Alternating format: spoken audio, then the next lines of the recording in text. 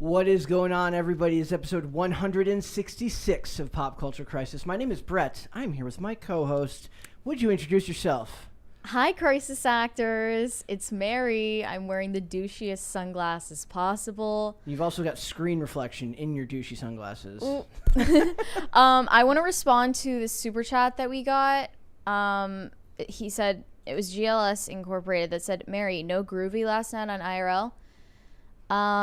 You obviously didn't stick around for the outros because I literally said, thank you for having me. It's been a groovy experience or something like that. So, fake fan exposed. So you got groovy, and I didn't catch the end of the show. You got you did them proud. I keep my word. You do. All right. We got multiple guests today. First, to my right, would you introduce yourself? What's up, everybody? I'm Taylor. I've been invited back again for a second time, and I'm really happy to be here. How you doing today? I'm doing good. Doing good? All right. We've been talking a bunch before the show, or they've been talking a bunch before the show, but we got a bunch of stuff to get to. And the other guest, would you introduce yourself? Yo, I am Carter Banks, and I make music here at the Cast Castle. It's my first time back in the new studio with the new team, and I'm pumped to be here. Thanks for having me back, guys. You were on, buddy. Not a year ago, but we weren't doing quite feels a year like ago. it. Feels like a year ago. Yeah, right? Definitely hasn't been a year since the show It's been a year, probably. No, since you were here, but you were here probably 5 months ago, 6 months ago. Yeah. It's before my time, so that's why I had to invite you back on. Exactly. Well, thank you, Mary. So we had a bunch of stuff to talk about today, and we are going to get into first. Thank you. I want to talk about an article I found that spins a certain yarn, if you will, about equality in women in Hollywood. And then I want to contrast that with these other articles that show that there are more than a few women that are doing very, very well in an industry that is seems to be catering that direction now. There's a lot of evidence that I pulled up some other stuff that talk about where money goes in the home and how Hollywood spends its money. We're going to talk about that. We're going to talk about the success of Andrew Schultz's comedy special. And I also want to talk about... Thank you. I want to talk about that in comparison to what's going on with Dave Chappelle, because there's still stuff going on with that back in my home state of Minnesota. And then after that, I want to talk about the absolute state of media promotion in which they're using the concept of cancel culture once again as a lame mainstream marketing ploy, which is extremely annoying and depressing, but I will save it for when we get there. We got that. We got Podluck. We got a bunch of stuff. So if you guys are ready, we will just get right into it. Mary, are we ready? I am more ready than I've ever been. Taylor? I'm as ready as I'm going to be. Carter?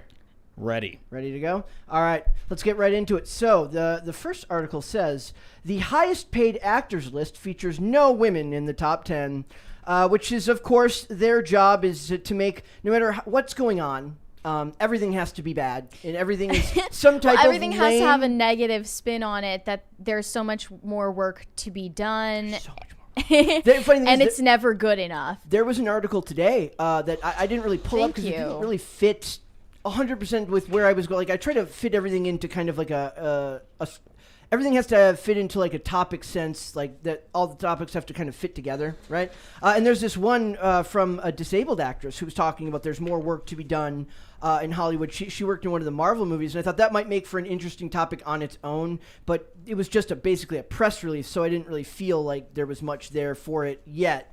Maybe in combination with more announcements for further projects, we could get back into it. But you're right. It is one of those things where when you live through the weird intersectional way of seeing the world, everything is kind of the job's not done. And no matter what progress is made. No small victory or milestone is ever celebrated because it's followed up by a new demand. It's a daily grind. Exactly. Yeah. So it says the highest paid actors list features no women in the top 10. And the number one is Tom Cruise, because he's a contract genius who's going to make $100 million just for his Top Gun Maverick role. Mm-hmm. And then basically the article goes down here that you have to get down to number 10 before you get to number 12 before you get to see who the first woman is in it. Do you think that this could be because male actors are they have more longevity to their marketability. do. They are casted when they're young and old.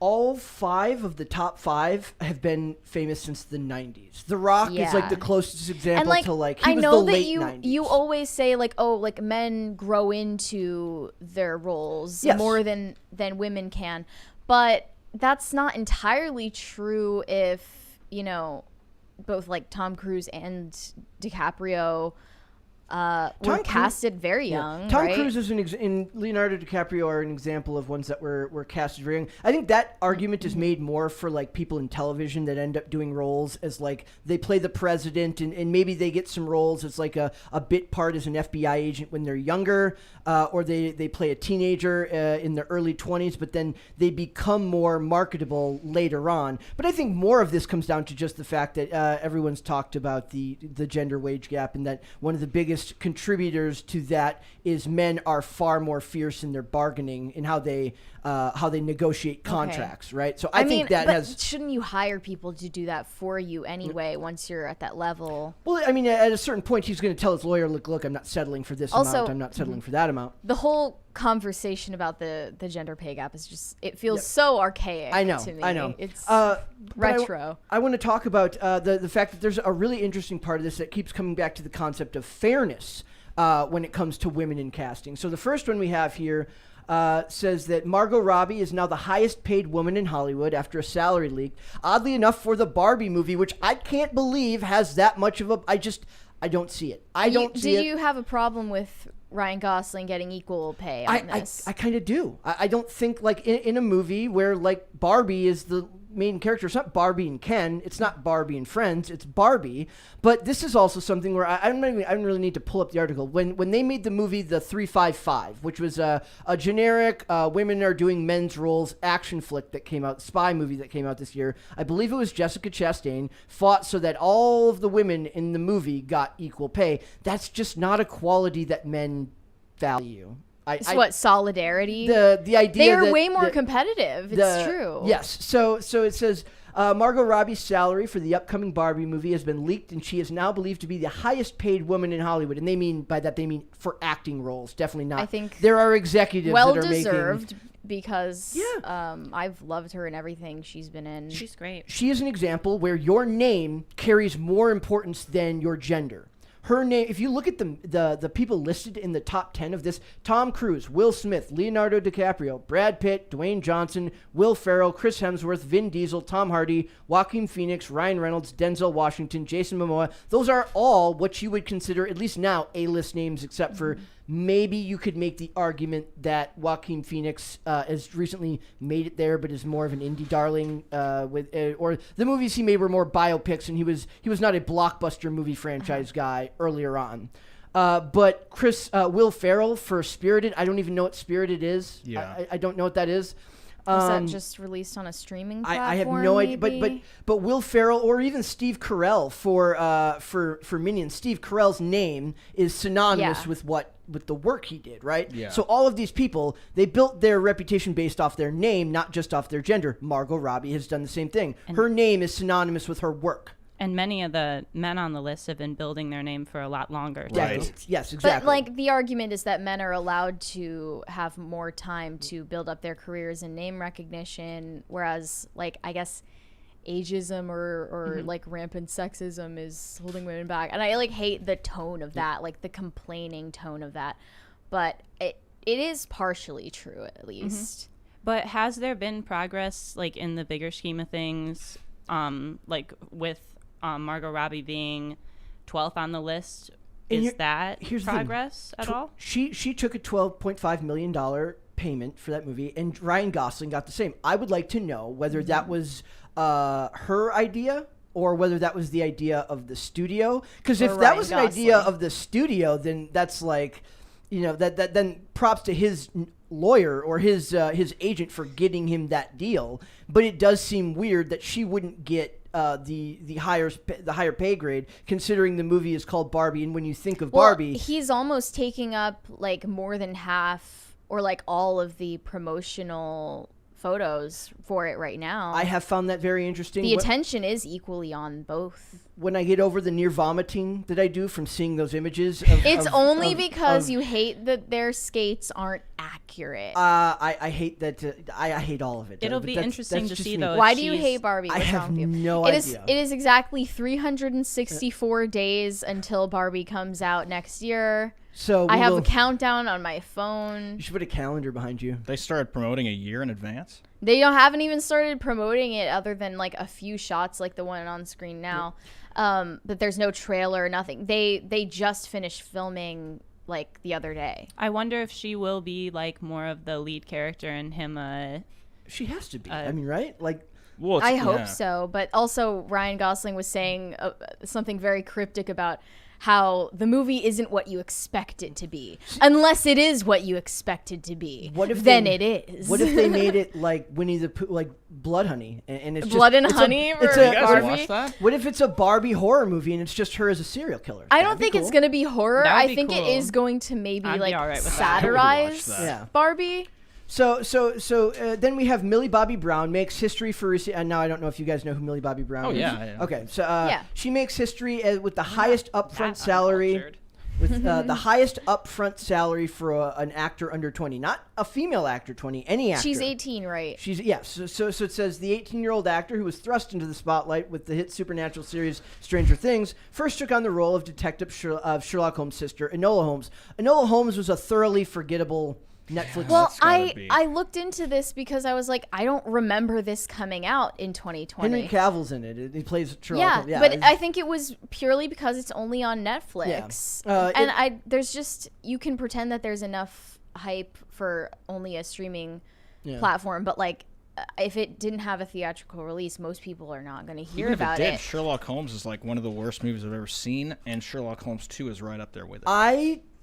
You hated Henry Cavill. No, he's talking about the Robert Downey Jr. Yes. He's talking about the Robert Downey Jr. I haven't seen it. Well, you can't write off the whole character, right? I don't know. Maybe someone else can carry it I better. haven't seen it in a long time. I don't remember it being particularly offensive to my sensibilities, but I love both the BBC Sherlock and I even love the CBS version of Sherlock Holmes played by I always forget that actor's name. Johnny Lee Miller with Lucy Liu playing Watson. I actually didn't mind that one, even though it was a serialized, or it was like a weekly. It was like a procedural more than a Sherlock Holmes telling. So, so she's good. It says $10 million for Enola Holmes 2.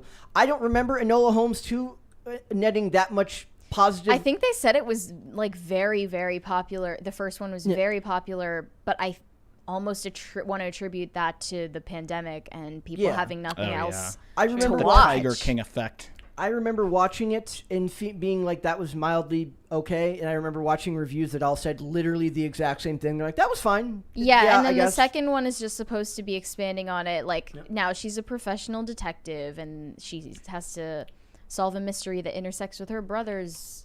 And every story is now pivoted. And this is what I mean by women are flourishing in Hollywood, is that there are more stories now being told. Prey is coming out. Prey is the Predator prequel based on a female character. There are more stories being written and told about women than there ever has been in Hollywood before. So I'm not saying necessarily strictly on the scale of pay are they making the same amount of money as men. No. But there are more opportunities now, given between 9,000 streaming platforms, however many studios we have releasing movies. The general idea is that you want to market towards women because women control the money in the house. Like if you're married, women are better consumers. Like they're the ones who are marketed to. That's what So they've kind of just moved that into the film and entertainment industry. That's kind of an archaic model because women aren't really in the home watching the color TV anymore, but they still are the better consumers. They spend more money. But then like a lot of times I'll be looking through when we do box office breakdowns. Some of the better sites, like a Box Office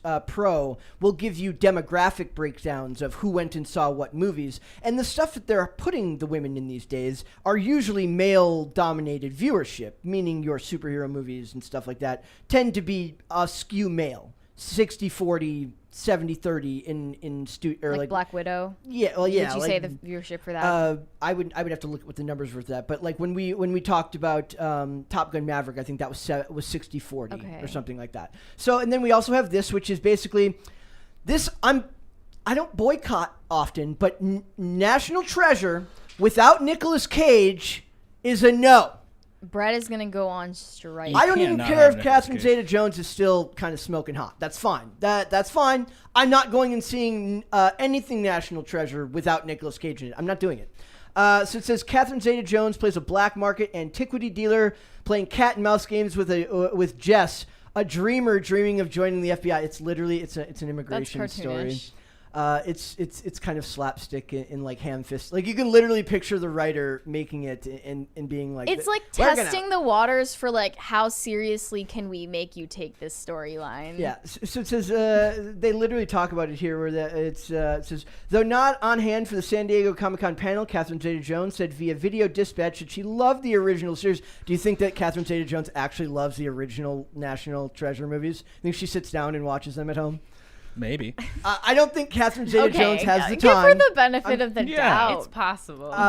Okay. There's some hardcore Nicolas Cage Brett is in a fans. ruthless mood today, just so you guys know. But National Treasure, Edge of Mystery focuses mostly on Jess Morales, played by Lisette Oliveira, a dreamer studying for her citizenship exam. Jess finds herself on a National Treasure adventure, investigating the most Disney of plot points, her family's mysterious past. It wouldn't be for Disney if there wasn't an ancient bloodline that holds the secret to whatever. Of course, going on a National Treasure adventure is probably easier than immigrating to America.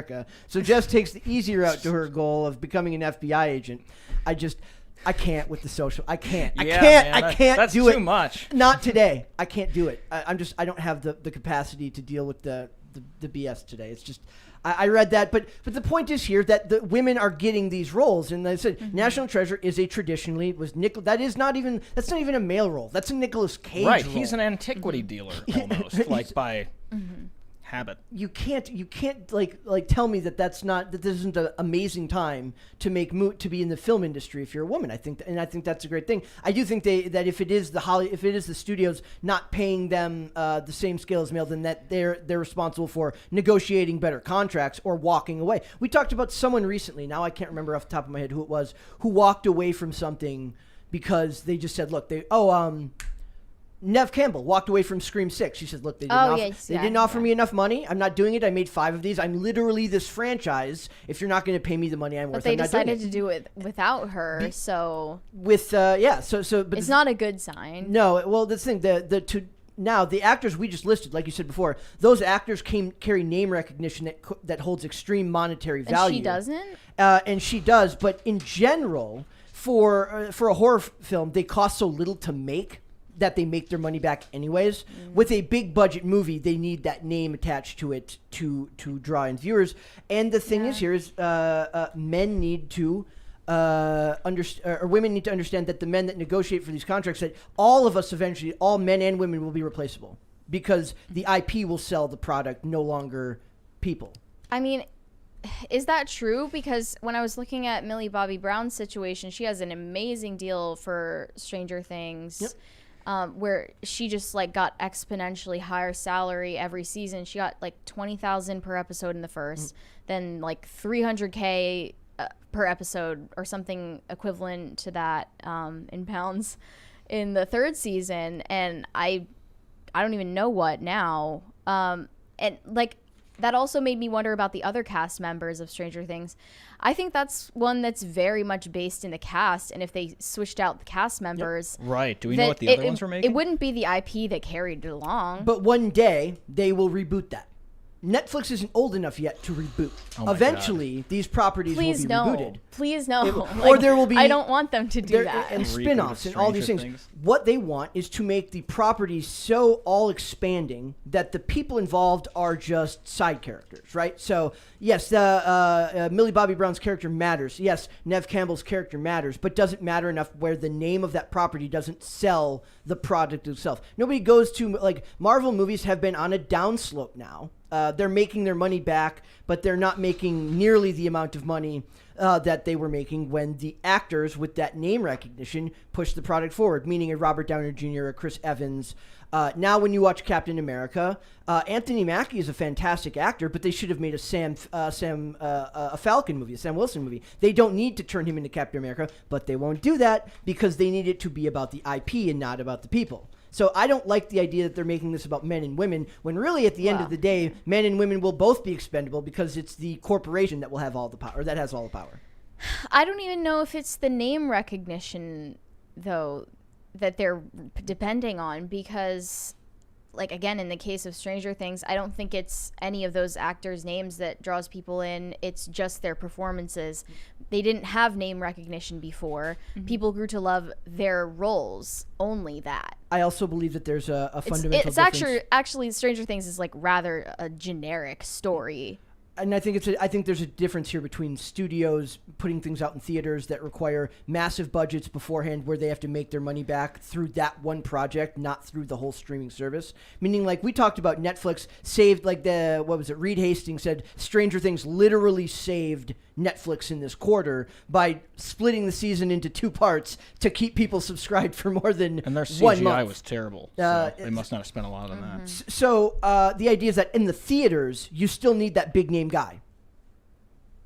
With these big budget movies, you still need the big name guy. The Eternals had Angelina Jolie, but it was marketed as an ensemble cast. Would Ryan Gosling not be that with The Gray Man? You mean Barbie movie? Gray Man's Netflix. Why is that not a theatrical release then? He has the name. They did a week because it's just not Netflix's business model to do theater releases. I just don't understand that. There's more money to be made for them to get you to subscribe and then forget that you're subscribed than there is to send you to a theater. Like, that's so sleazy. It is. I think you guys are both right, though, that the big name matters, but obviously, like, in some cases it's all about the performance, but also, like, the big names have the big names because of the performances. Let's look at what they got these for Millie Bobby Brown, it's for Enola Holmes 2. Yeah. She sells that, I guess. But to me, if you're watching Enola Holmes 2, you're not watching it for Millie Bobby Brown. You're watching it because you're scrolling through Netflix and you're like, okay. Really? Maybe the first one, but I think people are definitely coming back to it for Millie Bobby Brown now. That's the only reason I would watch it. But when it comes to you're wrong, Brett. I'm not. I wouldn't watch it. When it comes to Margot Robbie, I do believe there's something for Harley Quinn. She sells that character of Harley Quinn, right? She is that character. So I do believe that name recognition matters regardless of your gender. See, I feel like there are some names that I like the actor or actress so much that even if I'm not interested in the movie, I'll watch it anyway. Right. Just because I like them. You and I know that it'll be a good performance. Like which ones? Like even with Margot Robbie, for example, I really liked her in Once Upon a Time in Hollywood. I really liked her in I, Tonya. And I wasn't particularly interested in watching her as Harley Quinn, but I did anyway because I like her that much. Anya Taylor-Joy is big right now. So is Emily Blunt. Emily Blunt is a fantastic example of somebody who is very, very, very studious. I'm surprised Anya Taylor-Joy isn't up in this list. She's at the very bottom for the Mad Max prequel that they're making for $1.8 million. So, and Jamie Lee Curtis for Halloween Ends for $3.5 million. Just think about that. $3.5 million for the Halloween franchise, which is I don't know if it's $1 billion franchise, but I'm sure between all of the movies, it absolutely is. Oh, but those talk about low budget too. But those movies just don't cost a lot to make. So we could make that. I with know. The street blocked off. Just for buy a Halloween Halloween mask and a fake knife, and So to me, I don't think it's about gender as much. I think actually, to your point, your argument for TV. Maybe more so, even because on TV, if you're sticking to actors that just work in that realm, there's a lot of actors on television that probably would come off as like people wouldn't know what I'm talking about because they're just weird, like lower tier actors that I love because they're doing network television, and I have a real appreciation for blue collar acting, which is like they work insanely. Like if you're on a network television show, you work 9 months out of the year, you work 18-hour days, 6 days a week. That is blue collar work. In a lot of ways, like even if you're not always acting, you're on set, you have to meet call times and stuff. It's a lot of work, right? Mm-hmm. So I just think that Hollywood has a tendency to want to make this about, or at least I shouldn't say Hollywood, the media that promotes Hollywood has a tendency to want to make it some type of intersectional issue that maybe there's aspects to it, but I think there are a lot of factors that contribute to it, not just what your gender is. Mm-hmm. So, Super Chats? Yes. Goofer Trooper said, Mary Elysium. Thanks for saying groovy last night. See, somebody got it. At least someone's grateful. Dizwiz said, good to see Ian took the co-host in PCC. Never liked that Maria girl. Not that she ditched my proposal. I don't understand that. I'm so confused. So, I'm no offense, guys, but sometimes like these just come off as schizophrenic because like we don't understand what you're saying. Curtis Terry said, Mary, how was it meeting MTG? Now I'm calling your boss and company, and by extension you, PCC, and all its regulars, for pushing misinformation. Well, that's what we're big fans of that here. This is a two-parter. On the website, receipts at Curtis J. Terry on Twitter.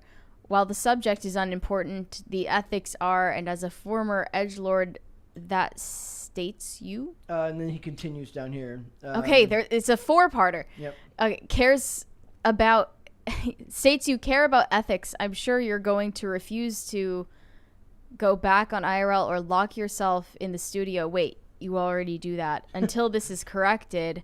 And the reason I'm not calling you out, Taylor, is because she's amazing and just got hired.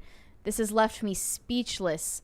Like MK book. Michael Knowles' book, now available in what? In PB? What are they talking about? I have no idea. I think it was a really long-winded way of taking the joke from last night out of context and making it sound literal, and then like the joke about Ian? About you being locked in the studio and being fed very little food while Tim has. Okay, I'm sorry. I did not pick up on that. I wasn't there last night. And there's one more up there. There's another one up there. Unknown said Carter's studio sesh is why I like the vlog. Perfect. Or watch the vlog. That's nice. Thank you. Kilted Carnivore said trucking through a bad service area today, so can't watch live today. Can't wait to see the album next month. You all rock. Get any updates on the album? Oh God, yeah, it's crazy. In what way? I got a lot to do. Been doing a lot. You're always busy. Dude.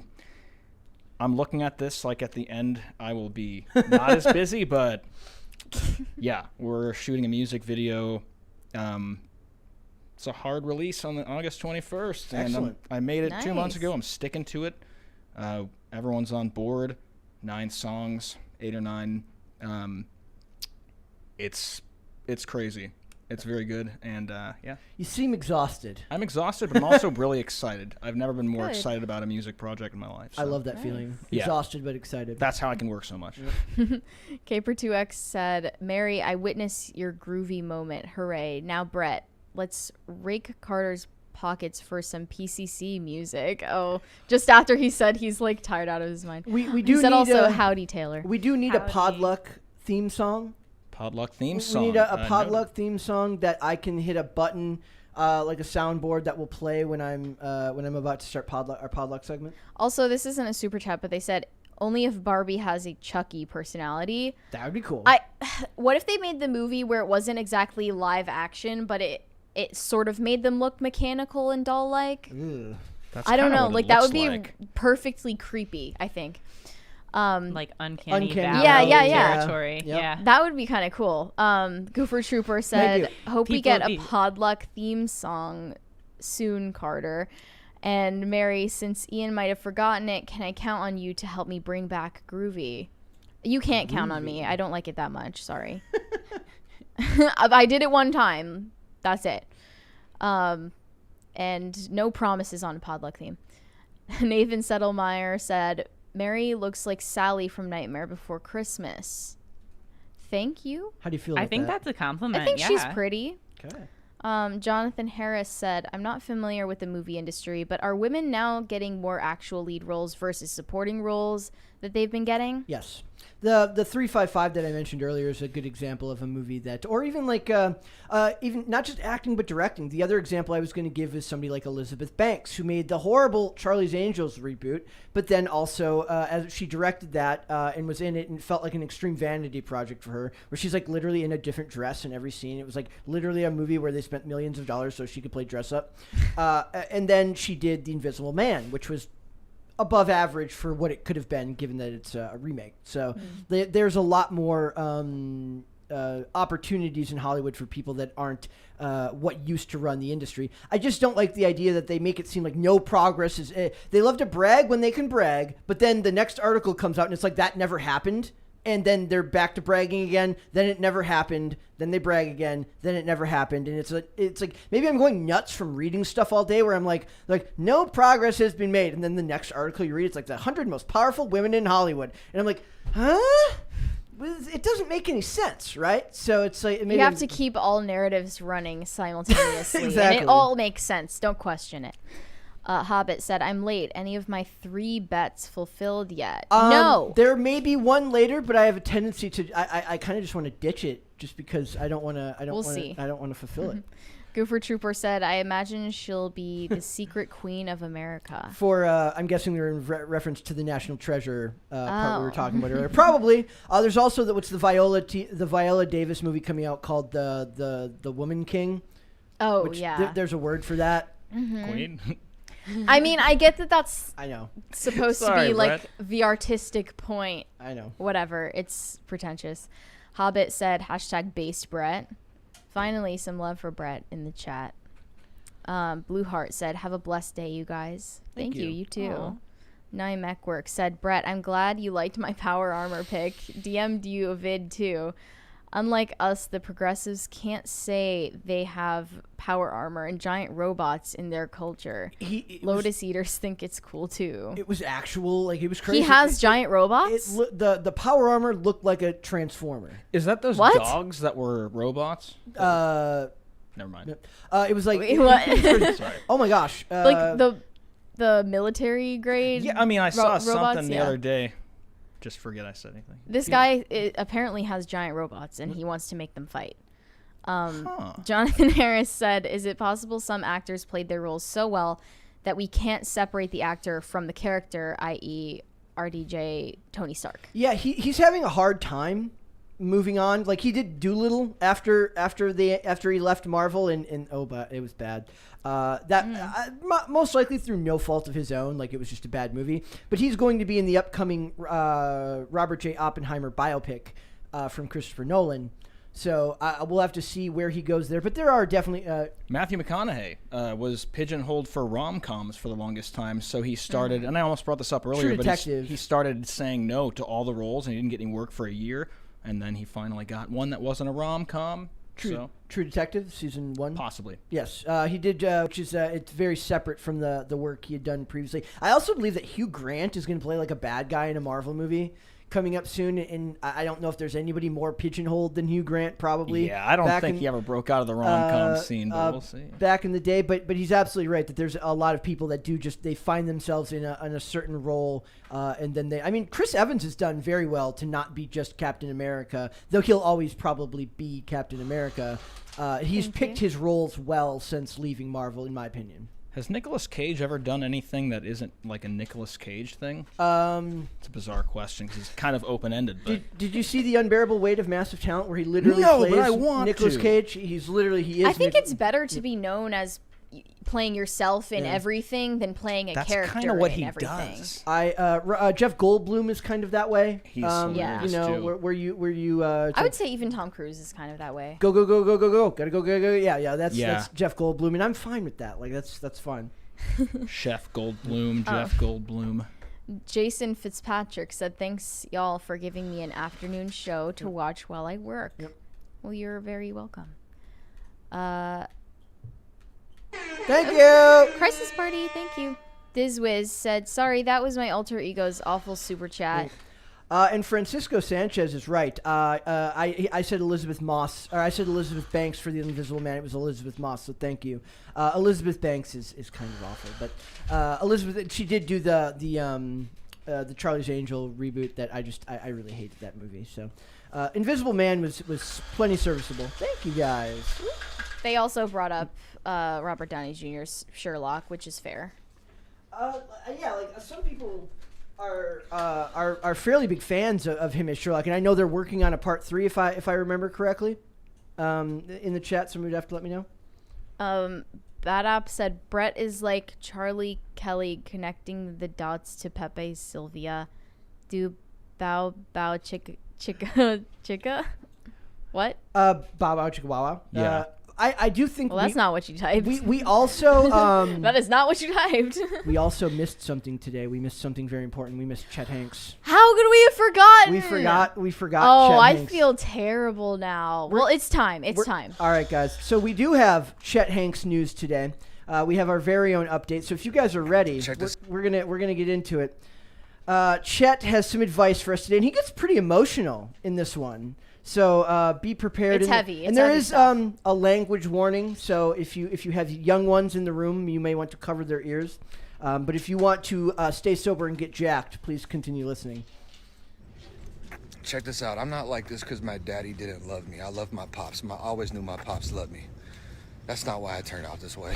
I turned out this way because of the fucking hate, the negativity, the jealousy, the envy, the fucking resentment that I got from the fucking world everywhere I went. Thinking that my life must be perfect. Thinking that I'm not allowed to fucking be in pain. Just because I'm someone's son. And the fucking resentment, the jealousy that I got directed at me, all the negativity directed at me, just pouring at me. And I felt deeply fucking unprepared to deal with it. Felt like a little rich, spoiled pussy, just like they said, with no life experience. So I went out of my way to get all the fucking experience I could. And it almost fucking killed me, but it didn't. That's God's grace. Now I'm here. And now all you motherfuckers that doubted me and hated on me my whole life have to watch this shit. Have to watch what the fuck happens when I do this shit every fucking day. Let's get it. It's actually such a powerful delivery. Awesome, dude. He's incredibly freaking awesome. Okay, this is the way the camera shakes when he's yelling. I like that he's just walking around a parking right? lot. Like, yes, Like like, if I were getting into my car and I saw this guy, I'd be I would like lock the door, speeding up, getting the heck Love out you, of Chet, there. but I would lock the door. You're like, you save that type of speech for like when they're making a documentary about you, and there's like a camera set up, and They there's ask you lights, a really poignant question, and he's just walking around outside at in the morning. He wakes up at like 4 a.m. every day. He writes his affirmations. I've found he's my favorite person on Instagram right now. He's my absolute favorite person on Instagram, and he delivers these messages that are unbelievably deep. And I guess like work through what you need to work through. Seems if to be it's off the 5 cuff a.m. too. Can I, if I'm going to give at least project from my own life experiences, it feels like someone who is recently sober to me. When you get newly sober and you've been numb for a very, very long time, you get these waves of emotional resonance that come out in very, very harsh ways if you are learning to express them again. And when he's turned that type of feeling into part of his business model, I feel that he is kind of it's becoming a perfect storm almost. I am hoping someday soon we are going to find out firsthand from Chet We're what trying. this all means. We want Chet here. We want Chet here. Yes. So we're love you, hoping- Chet. We love Chet here. Oh, there's some more super chats. So let's read those before we go on. Yeah, one from Riley Cadvertis that they retracted the message. But thank you. Thank you, though. Waffle Sensei said, never forget Chet. We will never I'm forget. not on my A game today, guys. I'm not We on my A game. apologize. Nikki Hilly said, showing my support for PCC and paying my dues for the Carter fan club. Woo! Nice. Are there? Thank you. What's the monthly fee for the Carter fan club? It's free. It's free. It's always free. So that was so it's a donation, not a requirement. Yes. Okay, so it's voluntary. So it's a cult though. Yeah. We. Okay. Do you guys meet up and like dress in all white? Yeah. Like Jared dance around a Leto's in charge of fire. it right now, but we go hang out with him on his island. And perfect. Okay, cool. Hobbit said, forgot CH. Chet Hanks. Chet Hanks. We must have a lecture on Harry Styles as punishment for this oversight. I'm opting out of that lecture. We are not. Please, no, Dr. Valencia. I am not taking the Dr. Valencia course. He's on Harry already Styles. running to the studio. No. what's going on with Harry Styles? There's a course you can take a course on him in college now. A course on Harry Styles? Yes. Why? Yeah. What about?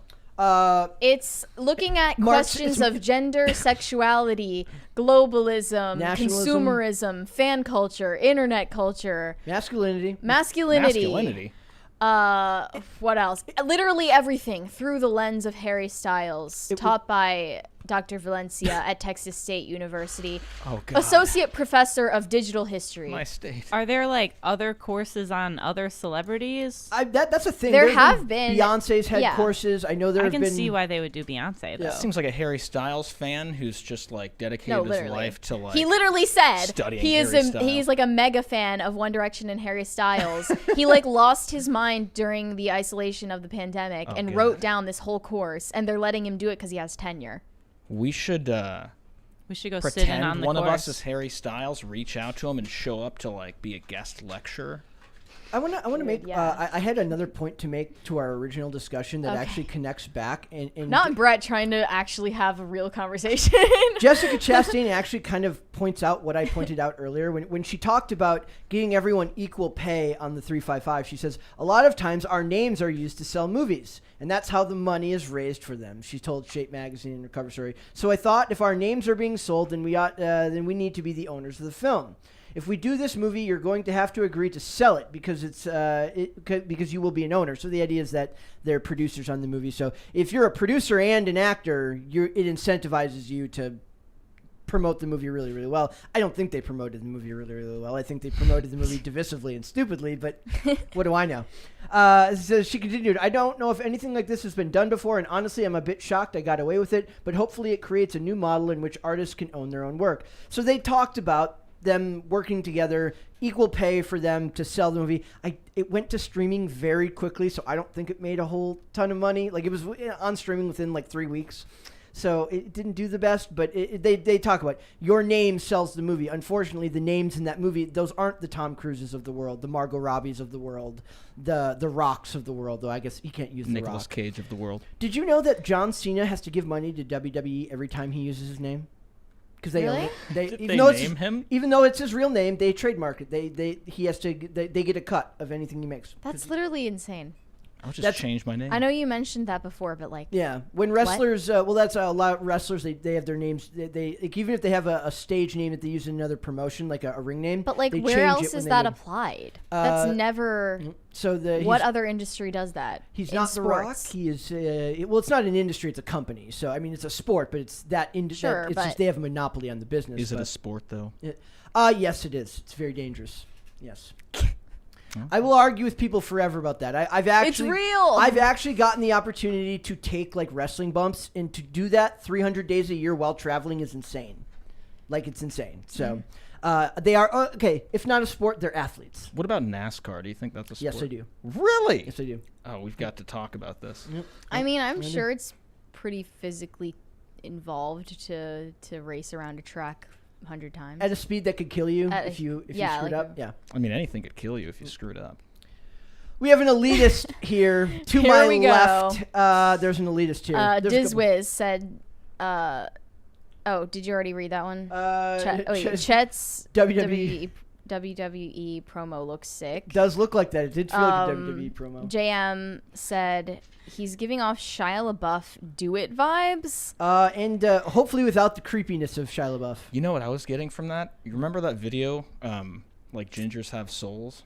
I was getting a little bit of that. Yeah, like, yeah. The way that he was like But, shaking like, the camera and getting He is rather unhinged, Yeah, isn't like- he? We're gonna save the rest, and we're gonna move on to the next one. We're gonna keep going, and we're gonna move on. So, all right. So, Wait, I'm sorry. This one is so good. Okay, go for Chris said, "I want Ched to yell at me while I'm working out, throwing hot dogs at my face and calling me fat. Such motivation." He has Hank's Fit, which is a literal program of self-mastery. You can sign up right now. He needs to collab with Soldier Fit. Yes, he does. Dude. All right, so we're Make going it to move on. happen. Andrew Schultz is proving literally everybody wrong right now, which is insane. If you remember, we covered Andrew Schultz bought his special back from a streamer that has not been named, as far as I know, has not been named. And he paid a hefty sum for it. In his original statement, said that he leveraged his life savings to buy back this special from the unnamed streamer. And since then, he has made 3 times his money back. So he is having the last laugh. all the way to the bank. I bought it last night. I'm going to watch it tonight. When we first mentioned this guy and his special, we were wondering, like, speculating about what he meant by spending his entire life savings on this special. Because he was fairly successful to begin with. Because so how I don't know much is that? Yeah, and I is don't that know. really true? I don't know. And then we also speculated as to which streaming platform it was. I thought that was going to come out eventually. It does seem a little bit potentially astroturfed for marketing. I think me and you are just also very, very like... We're too cynical, aren't we? We're very cynical. Like, when I was watching his promotion for this, he did a thing where he went through, like, Times Square and, like, played the special for 50 people and then filmed their reactions as they're watching it. He's a genius marketer. He's very, very good. And he's doing it all himself, he says. And the hard thing is that there's another really good article that said the future to conquering censorship is ownership, meaning that you need to own your own material. We know this now with the success of Eric D. July's comic book for the Rippaverse, for Isom #1, which just passed $3 million. Really? Independently done on his own, $3 million. Wow. It proves to you that you cannot fake organic interest from people, but you have to take the risk of actually investing in yourself, which really just goes back to what every lame channel on Instagram that talks about getting wealthy or being successful. It's like eventually you have to take a risk if you want to succeed. And that requires a risk from the audience as well. They're Yep. taking a chance on you by buying your content directly from you rather than having the credibility of a larger platform behind you. And just kind of the harder work to do that. Like it's never as easy. Like one of the things that I used to complain about with skate shops is they don't have apps like Netflix. Like if I could go on to a skate shop app and just buy stuff with a one button click thing, I would do that way more easily. But you go to the website, you put it in the cart, you sit in the cart. Once you see the tax added, you look at the final price, you're like, do I really need it? And then I don't buy it, right? Like this. So if there was a faster and more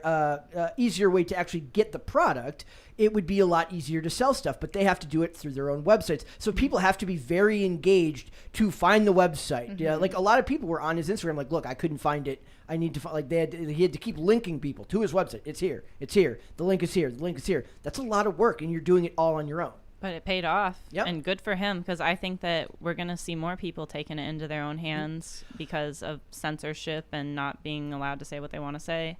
And He's not the first comedian who has been criticized for their comedy, that's for sure. No, we just yesterday we talked about Dave Chappelle in the hilarious state of which the state of Minnesota, my home state, it was protesting outside of First Avenue, telling him, and it's a little different because he's like a gazillionaire who then sells these to Netflix for a premium, right? So that's a little bit different, but it's still about if he wanted to, if Netflix, if Dave Chappelle didn't have the platform he had and he wanted to release it himself, he would have to take that risk and put it out himself. Yeah. Right? That's really funny. I have friends in Minnesota who have been posting videos of like at the protests, people, and he was posting it, and he put hashtag all the hashtags like trans, transgenderism, this and this, and then hashtag support black art. So he's literally trying to be like as neutral as possible. Like, why are you being mad? You're not supporting a black artist because they're showing you. But it's like insane that you have to abide by their framing. You have to, regardless, no matter what. I think that's absurd. Yep. So it says, except the streamer demand. So basically, the idea was they asked him to edit out several jokes. I'm excited to watch tonight and figure out which ones. I think it was there was jokes on abortion that he made that they said that was what they asked him to take out. Didn't he post those clips? Only the ones about abortion, right? The ones about like living outside an abortion clinic in New York and how it was like a zoo, like. Yeah, I mean, when I watched those clips, I didn't think it was that funny. I didn't think it was that edgy. Like I didn't think it was that edgy either. I don't know. I understand completely why a large streaming platform wouldn't want that content. I find his delivery to be what sells his work. Yeah. He's got fantastic delivery and stage presence. That's what I think. What I noticed about him is he engages with the audience a lot, which he has I a lot think of a certain social type of media audience content. likes. That's a good thing. No, I mean even during the shows. I don't know what the special would be like, Yeah, but he a lot of talks his to the stand-up, audience. he's like interacting with the Yeah. audience. Yep. So he invests so if he makes 3 times that back, and then we have to talk about, so there's Chappelle getting, so there's the rage after venue cancel show, and there's a whole bunch of backlash from people who are saying that it was stupid that they would do this to Dave Chappelle. But what's better here? Is it better to be Dave Chappelle and get the moved from one venue, because Chappelle wins either way. He gets moved to the other venue and gets all this free. You could not, if you're a comedian and you're looking for free promotion, you could not create in a lab. I think that was like what person said that you couldn't create in a lab better promotional material for him than the people who are protesting him right now. Yeah, that's the same deal with me. That's the reason why the whole sports issue blew up, is because so many people came to hate on me. Right. They started sharing it, but all their followers came to follow me and stopped messing with them. And you said, and the same thing kind of happened to Jamie, right? Like, yeah, it happens in a lot of instances. So the idea here is that you have to be willing to be bold and take a risk. When are they going to realize you can't cancel Dave Chappelle? It's not going to happen. He's grandfathered in. I don't think they believe that they have the power to cancel Dave Chappelle.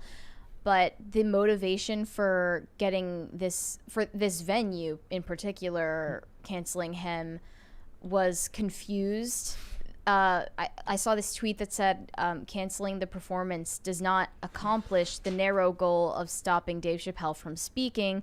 The performance was merely transferred to an alternative location, and all will be able to watch him there. If ever there was an example of virtue signaling, this is it. I don't think that the goal was to stop Dave Chappelle from speaking at all, because they were fully aware.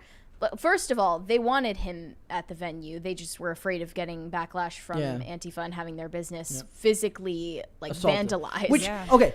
But well, secondly, when it wasn't an act of like attempted cancellation, it was saving themselves from cancellation and from being from retribution.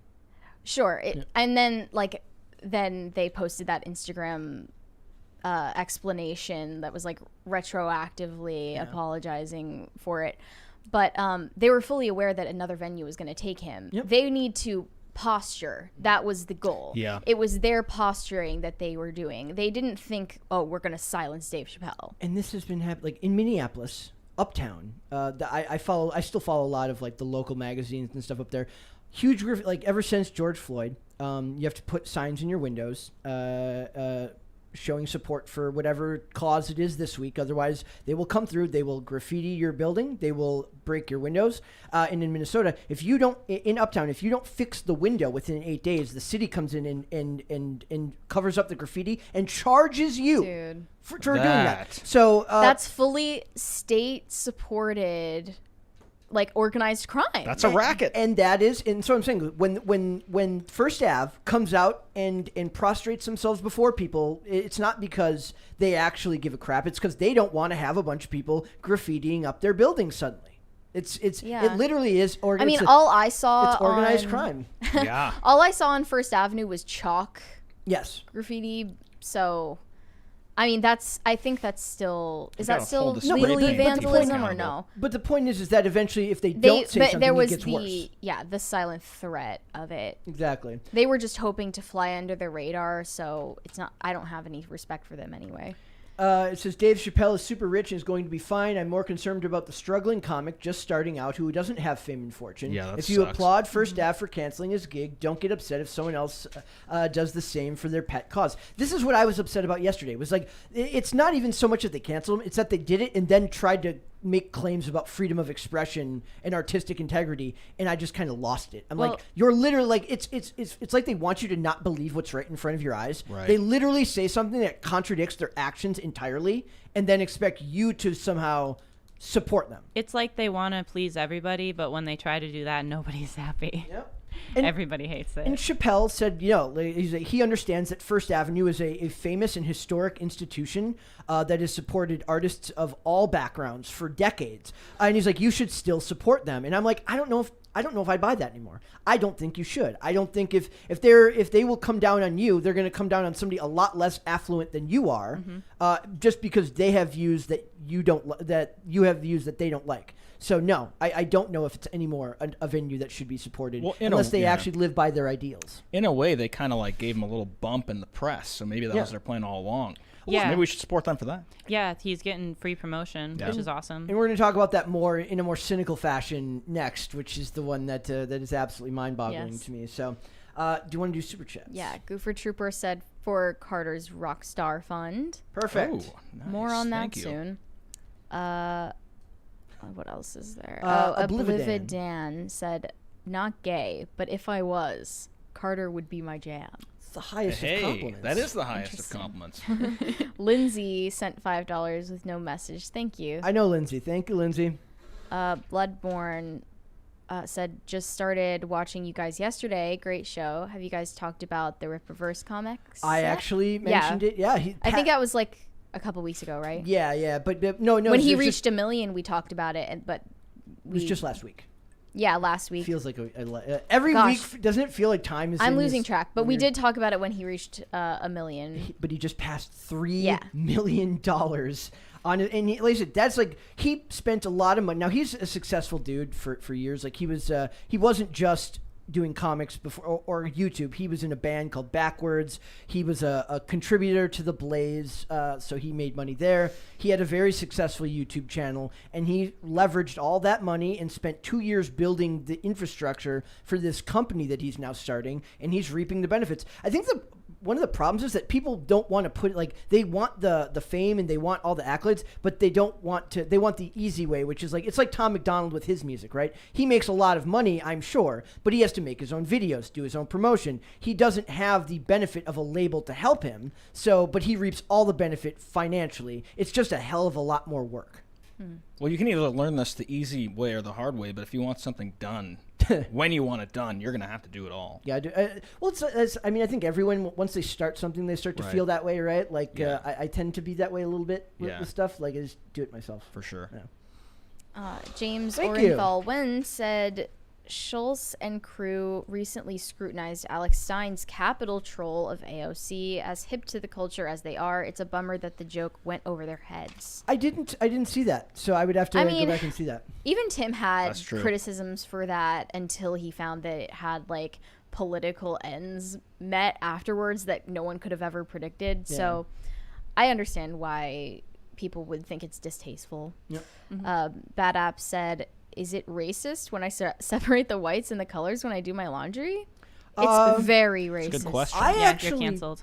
I actually had a conversation with people here that said that they don't separate. I don't. You don't separate your whites from your darks. I think that's an antiquated practice from when dyes were lower quality in the 60s or something. I also do not separate my laundry. However, have you ever seen me wear anything white? That's a fair point. And I throw my white shirts away after I wear them. So well, it's also the white stuff that I own is just towels, and if that even. Yeah. So that's all garbage laundry anyway. So garbage. I'm putting a different. I actively avoid buying white clothes because I know myself you spill too well. Yourself, right? I buy the 6-pack or 7-pack of white tees, and then I just wear them skating, and then I throw them away. So you always look fresh. They never come out as white once you wash them. It never comes out the same way. Plus, those shirts are thinner material because they're made to be undershirts, so they're not really. Yeah, they turn into extra medium. No, I never dry anything. I air dry everything. Oh, really? That's crazy. You have clotheslines? No, I hang them on hangers and then in hooks in my room. I hang dry a lot of stuff too. I don't even wash some of my clothes. I just put it in the freezer. Your clothes what last are we longer. doing? What are we talking about today? Let's move on. Next one. Beastly Devil 777 said, self-preservation in the face of a radically charged political group is the only choice for most of these business owners. They need to take a stand. My friend that posted the video where he put the hashtags for both groups in there. He's like, I wanted to bring signs, but I didn't want to get attacked. I was like, that's because they're crybabies. They will cry out in pain as they hit you. That's it may be verbal hitting, but that's what they do. Yeah. What about just getting better security at a venue if you're worried about protests? But also is that a dumb idea? No, it's not. The costs of security are pretty hefty. And for First Ave, that problem comes tenfold because they don't want the bad promotion for their actual business either, because it's considered such a bastion of progressiveness. The venue is. Yeah, it's like why high-end security. Thank you. There so much money going to Hannah Claire's bank account. She today. is getting so rich. She's gonna start like a lobbying super PAC with all of this to bring back the Hartford Whalers. Thank you so much. Hobbit said the Min Mafia has come to town. The Minnesota Mafia. Nathan Koss says in Portland, a local Antifa cell got a contract with the city to clean up the streets, then attack the other groups who won contracts to do the same. These people, man. Unavailable ID name said Streisand effect. Don't look over there. Exactly. Johnny Beck sent us a GG GIF and a thumbs up GIF. Thank you for that. Thank you. Gopher Trooper said you don't need to separate as long as you wash cold. I never even wash them cold. Oh, I use cold What's the water. deal? If I don't you have don't, any you'll of my shrink colors. all your stuff. It never shrinks. Well, then you're not It's washing fake it news, truly. Carter. Jonathan Harris said, Mary, the problem is when you bleach. That is the problem. All right. We are going to move on, guys. We are going to move on, and we are going to talk about cancel culture, as we would say. Cancel culture. And what is now the very cynical use of cancel culture as not just a marketing tool, but not just a product, but as a marketing tool. And this For those of infuriates you me. who don't know, Brett was absolutely furious reading this article this morning. Like, I got angrier the farther it was down I another got. level. Okay, so the concept here is that cancel culture, when it's done correctly, is not to make you lose your job. It is not to make other people dislike you. The active goal of cancel culture is for you to kill yourself. That's what they want. That's what the activists on the internet want. They don't want you to be able to make. I mean, a has living. that happened? There was the Actually, yeah. Yes, there was. I get messages and comments like that all the time. But like, do they ever succeed? There was the video game. There was the video gamer who did it after his ex-girlfriend. I don't remember his name, so I'm not going to call it. Yes, it has happened. But the point is, they don't want you just jobless. They want you homeless. They want you to end your life. That's what they want.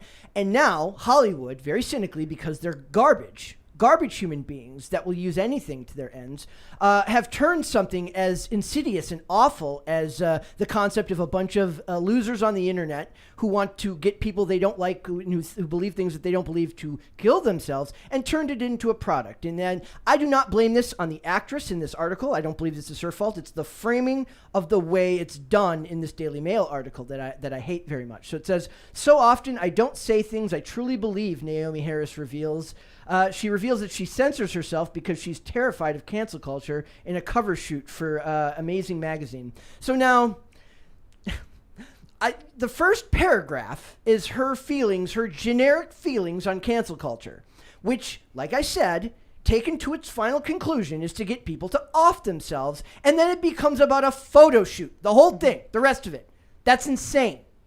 So it says Naomi Harris is... So it's the tone shift that bothers you. It's the tone shift. I'm like waiting for it to come back up because it's the headline, and it's just about what she's wearing. Well, when I was reading this, I thought, like, in the beginning, okay, I get what she's saying. Yeah. I totally agree with this. And I agree with then it. once it shifted, I thought surely it's going to go back, and it never did. It just went deeper into what outfit she was wearing and That her explains why I got thin nothing from dusting this of article. makeup and the shoot. And Yeah, the point of it is that there is nothing to get on a topic Right. that's extremely serious. I thought she had something interesting to say about like casting. oh, Yes. there's something No, in here about Yeah, she said she explained that during her career she steered clear of playing stereotypical roles, and said she admires her younger self for sticking to her beliefs despite being a so-called starving actress.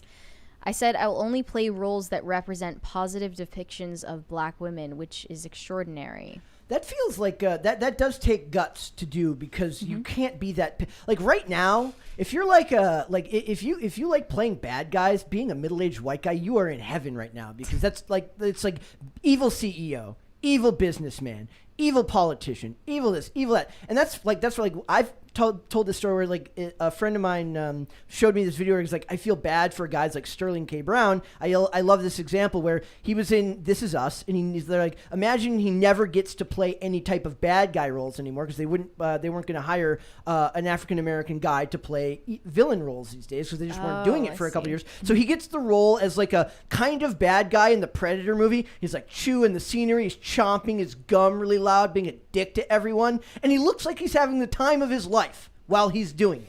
But she says Naomi Harris has revealed that she censors herself because she is terrified of cancel culture and that she wants to be part of a society where there is a discussion. I agree. I think she's great in the article. It's just the direction they turn it to. Yes. So she admitted that she often doesn't say the things that she truly believes because she doesn't feel that she can voice her opinions in a safe space. I don't know if a safe space exists anymore. We're going to talk in a little bit about the Priscilla Presley thing along with this. She told Amazing Magazine, I may hate someone's opinion, but I'd rather be part of a society in which they are allowed to say it. So it's like the Voltaire quote, right? Mm-hmm. I don't agree with what you say, but I'll defend until death your right to say it. So she goes on. She says, so often I don't say the things I truly believe because I don't feel there is a safe space in which to say them because people are so quick to call cancel.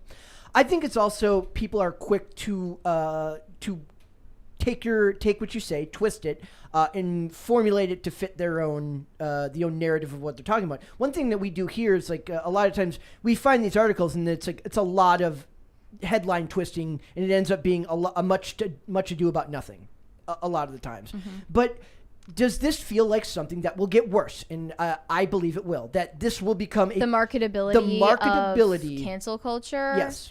Yeah, and I think it's complained about the most by the people who are the least affected by it. I don't believe that Naomi Harris has a whole ton of views that are going to get her in a lot of trouble. Of course. I just and don't. Like once you're in the position of a celebrity, really the best thing you can do if you're in the position where people are attempting to cancel you is to ignore it. Mm-hmm. And then you pretty much have your job security and your private life to yourself.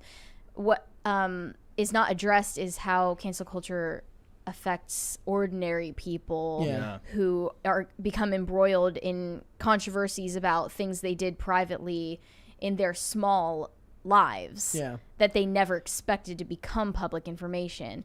And from these in a lot of the things that I've been watching lately is a lot of people feel that it's dying out. The concept of cancel culture is dying out. Like a lot of people, Ricky Martin. At least the terminology. Ricky Martin had the weird claims about having a sexual relationship with his own nephew. And then he was cleared in court. Those were rescinded, And he was cleared in court, and they said, and his nephew retracted the statement. He didn't lose his job. Maybe because Ricky Martin paid off his old manager. Yeah, finally. Then she was like, okay, told the nephew, rescind your comments. This is dealt with. I don't know. Does this feel cynical to you? The concept the Naomi Harris comments or the way it was written? The way it was written. Well, sure, but I mean, what do you expect from media outlets? I expect they have better. To make money. They have to get you to click on it, and you clicked on it, right? Yes, and that's why we're talking about it. Because if I'm not going to get my 5 minutes back, then I'm going to at least make a topic out of it. I'm glad that you can express your anger here. Yes, this is a safe space for you. It is cynical because it seems like they're cancel culture Thank you. as a thing has become so prevalent that they're now using it as like a common marketing tactic to get you to look at these model pictures. Yep. It's a very shallow depth that they went into the cancel culture at all here. So. I think she looks really good in the pictures. She does. That's what they wanted from you. I think they got me. I think maybe that's what you said. That might be like maybe it was the shallowness of the rest of the article. Like if they had been like about her family, it wouldn't have felt so. If it had been an ordinary feature that celebrities get all the time, I don't think you would have thought anything of it. It's a very quick drop off to just. They could have put any other title and it'd be the same thing. Yeah. Like nothing in the middle. Like her opinion on cancel culture is just the cherry on top of that topic. Yeah. It's literally like I'm scrolling. I'm like, okay, it's a nice looking dress, I guess. And it's literally just explaining it the photo pisses you shoot. off so much. It kind does. of It's an incendiary headline. And then we have the topic about Priscilla Presley went on Piers Morgan Uncensored. Where you're never censored unless you're that one person who tried to talk to him about... Unless you're in the green room for Piers Morgan Uncensored and they tell you the list of like 10 different things that you're not supposed to talk about. And she talks about... Yeah, they talk here about... it says... or if he corrects you on your language in the middle of the interview. When I was interviewed by him, they let me say whatever I wanted. Oh, I don't know. And also there was just a slight delay, which was funny because I got a lot of messages from people saying the delay, it made it so he didn't interrupt you at all. And apparently he interrupts some of his guests, but I like talking to him. But yeah, they didn't tell him some you don't say something. Some guests have complained of being told before their interview, you can't talk about this. It was about him and Meghan Markle. Like they're like, you can't talk about him and Meghan Markle. And like then when we were talking about who were we talking about last week who was on Piers Morgan? I don't remember which one. He talked about like Amber Heard. He talked about Tom Cruise. The dude from Mickey Rourke. Yeah. When he was in the middle of his interview, he was getting like really deep and personal, and he was using some curse words, and then like in the middle of while he's talking, Piers Morgan is like, all right, cool it with the language, please.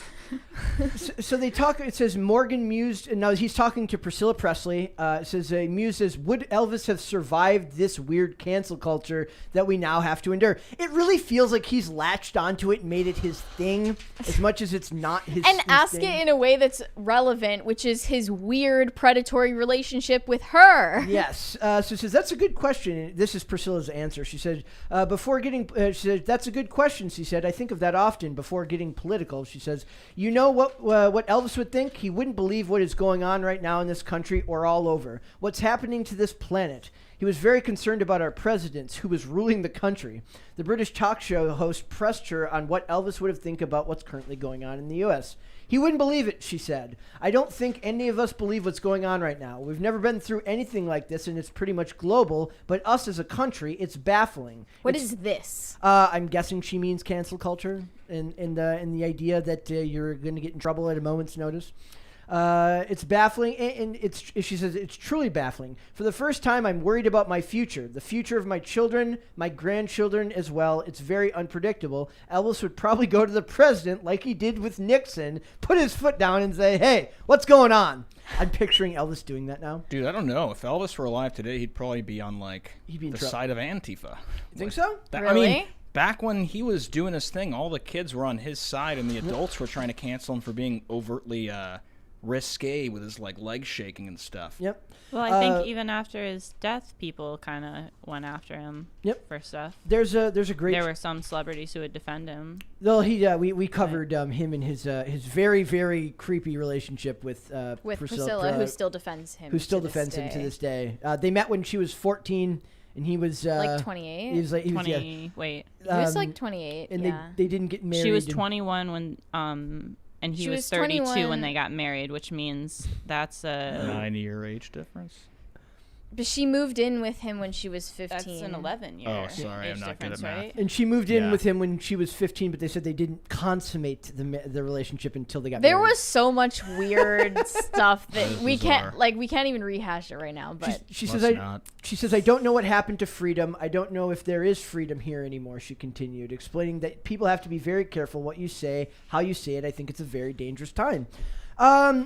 I think what's going to happen, I think the logical conclusion if society is to get back to some sense of normalcy is eventually everyone's been in trouble, so then no one's been in trouble. Yeah, it's not like a big deal anymore to be publicly called out for something, and people are getting tired of all the BS and not putting up with it anymore. I think that precedent can be set in Hollywood, but not for normal people. I think normal people are still true. The ultimate targets. I would hope that eventually they learn to not the idea would be that it becomes something where is the biggest fear employers. You're worried about not being able to find jobs.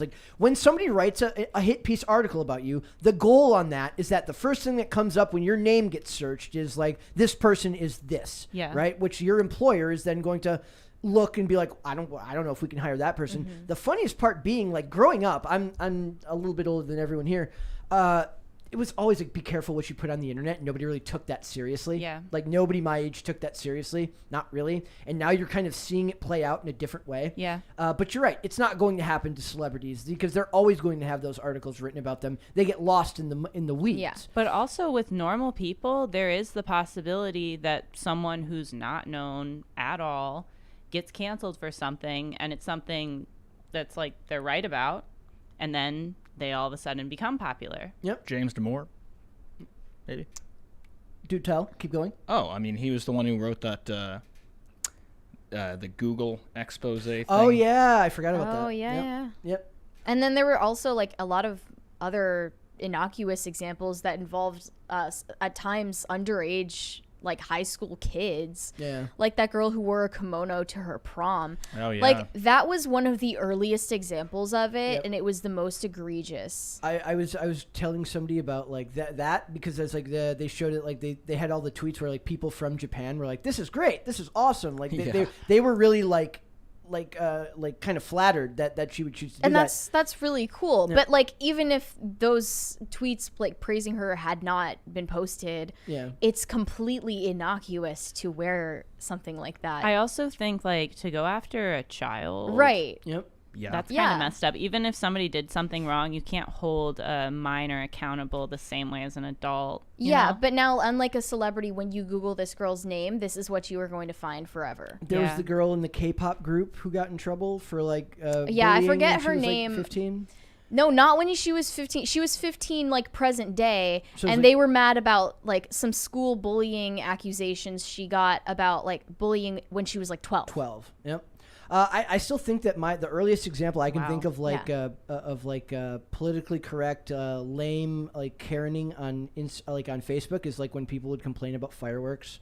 They're like, it makes the dogs. They would complain about how it ruins things for the dogs and like don't I put off remember that. fireworks. Yeah. Well, That's also they were about like veterans Yes. too, Uh, which I understand. Well, if I had a neighbor who shot off fireworks every day, I would have a problem with that. I have a neighbor with it's a not giant very dog often that lives above me. and that you're it's shooting not off nice. fireworks. It's usually for a special occasion. Or the argument would always holiday. come up at the 4th of July. Okay, so it's Yeah. specifically for the 4th of July. Yeah. I just want to make sure. Yeah, 'cause I was mean, you like, should I expect could see it. how that would be bad. Yeah, Just Jonathan every night. Harris said, Mary's washing habits are triggering my internalized boomer chore mentality. Well, I'm sorry. I would like to know what the internalized boomer chore mentality is. It's about that Puritan work ethic. Okay. Man. Unavailable ID name said, Sean Bean must be in high demand. He plays a great jerk and does well on screen. I just rewatched GoldenEye the other night after we talked about it on here fairly recently, and he is a fantastic bad guy, as always. Halls and the Kid said, check out Inverted Worlds Season 2 theme song by Carter Banks on Aw. Spotify. It's chilling. #legend. #shameless plug for Inverted World. Perfect. Thank you for Thank that. you, Halls and the Kid. Unavailable ID name said dies. Stupid autocorrect. It's okay. Hobbit said name bet number 1 fulfilled. Which one did I say? Which one did you say? Now we can't repeat Somebody it. must have said Johnny. He who shall not Johnny be named. Schnepp. I don't know who Johnny Schnepp is, or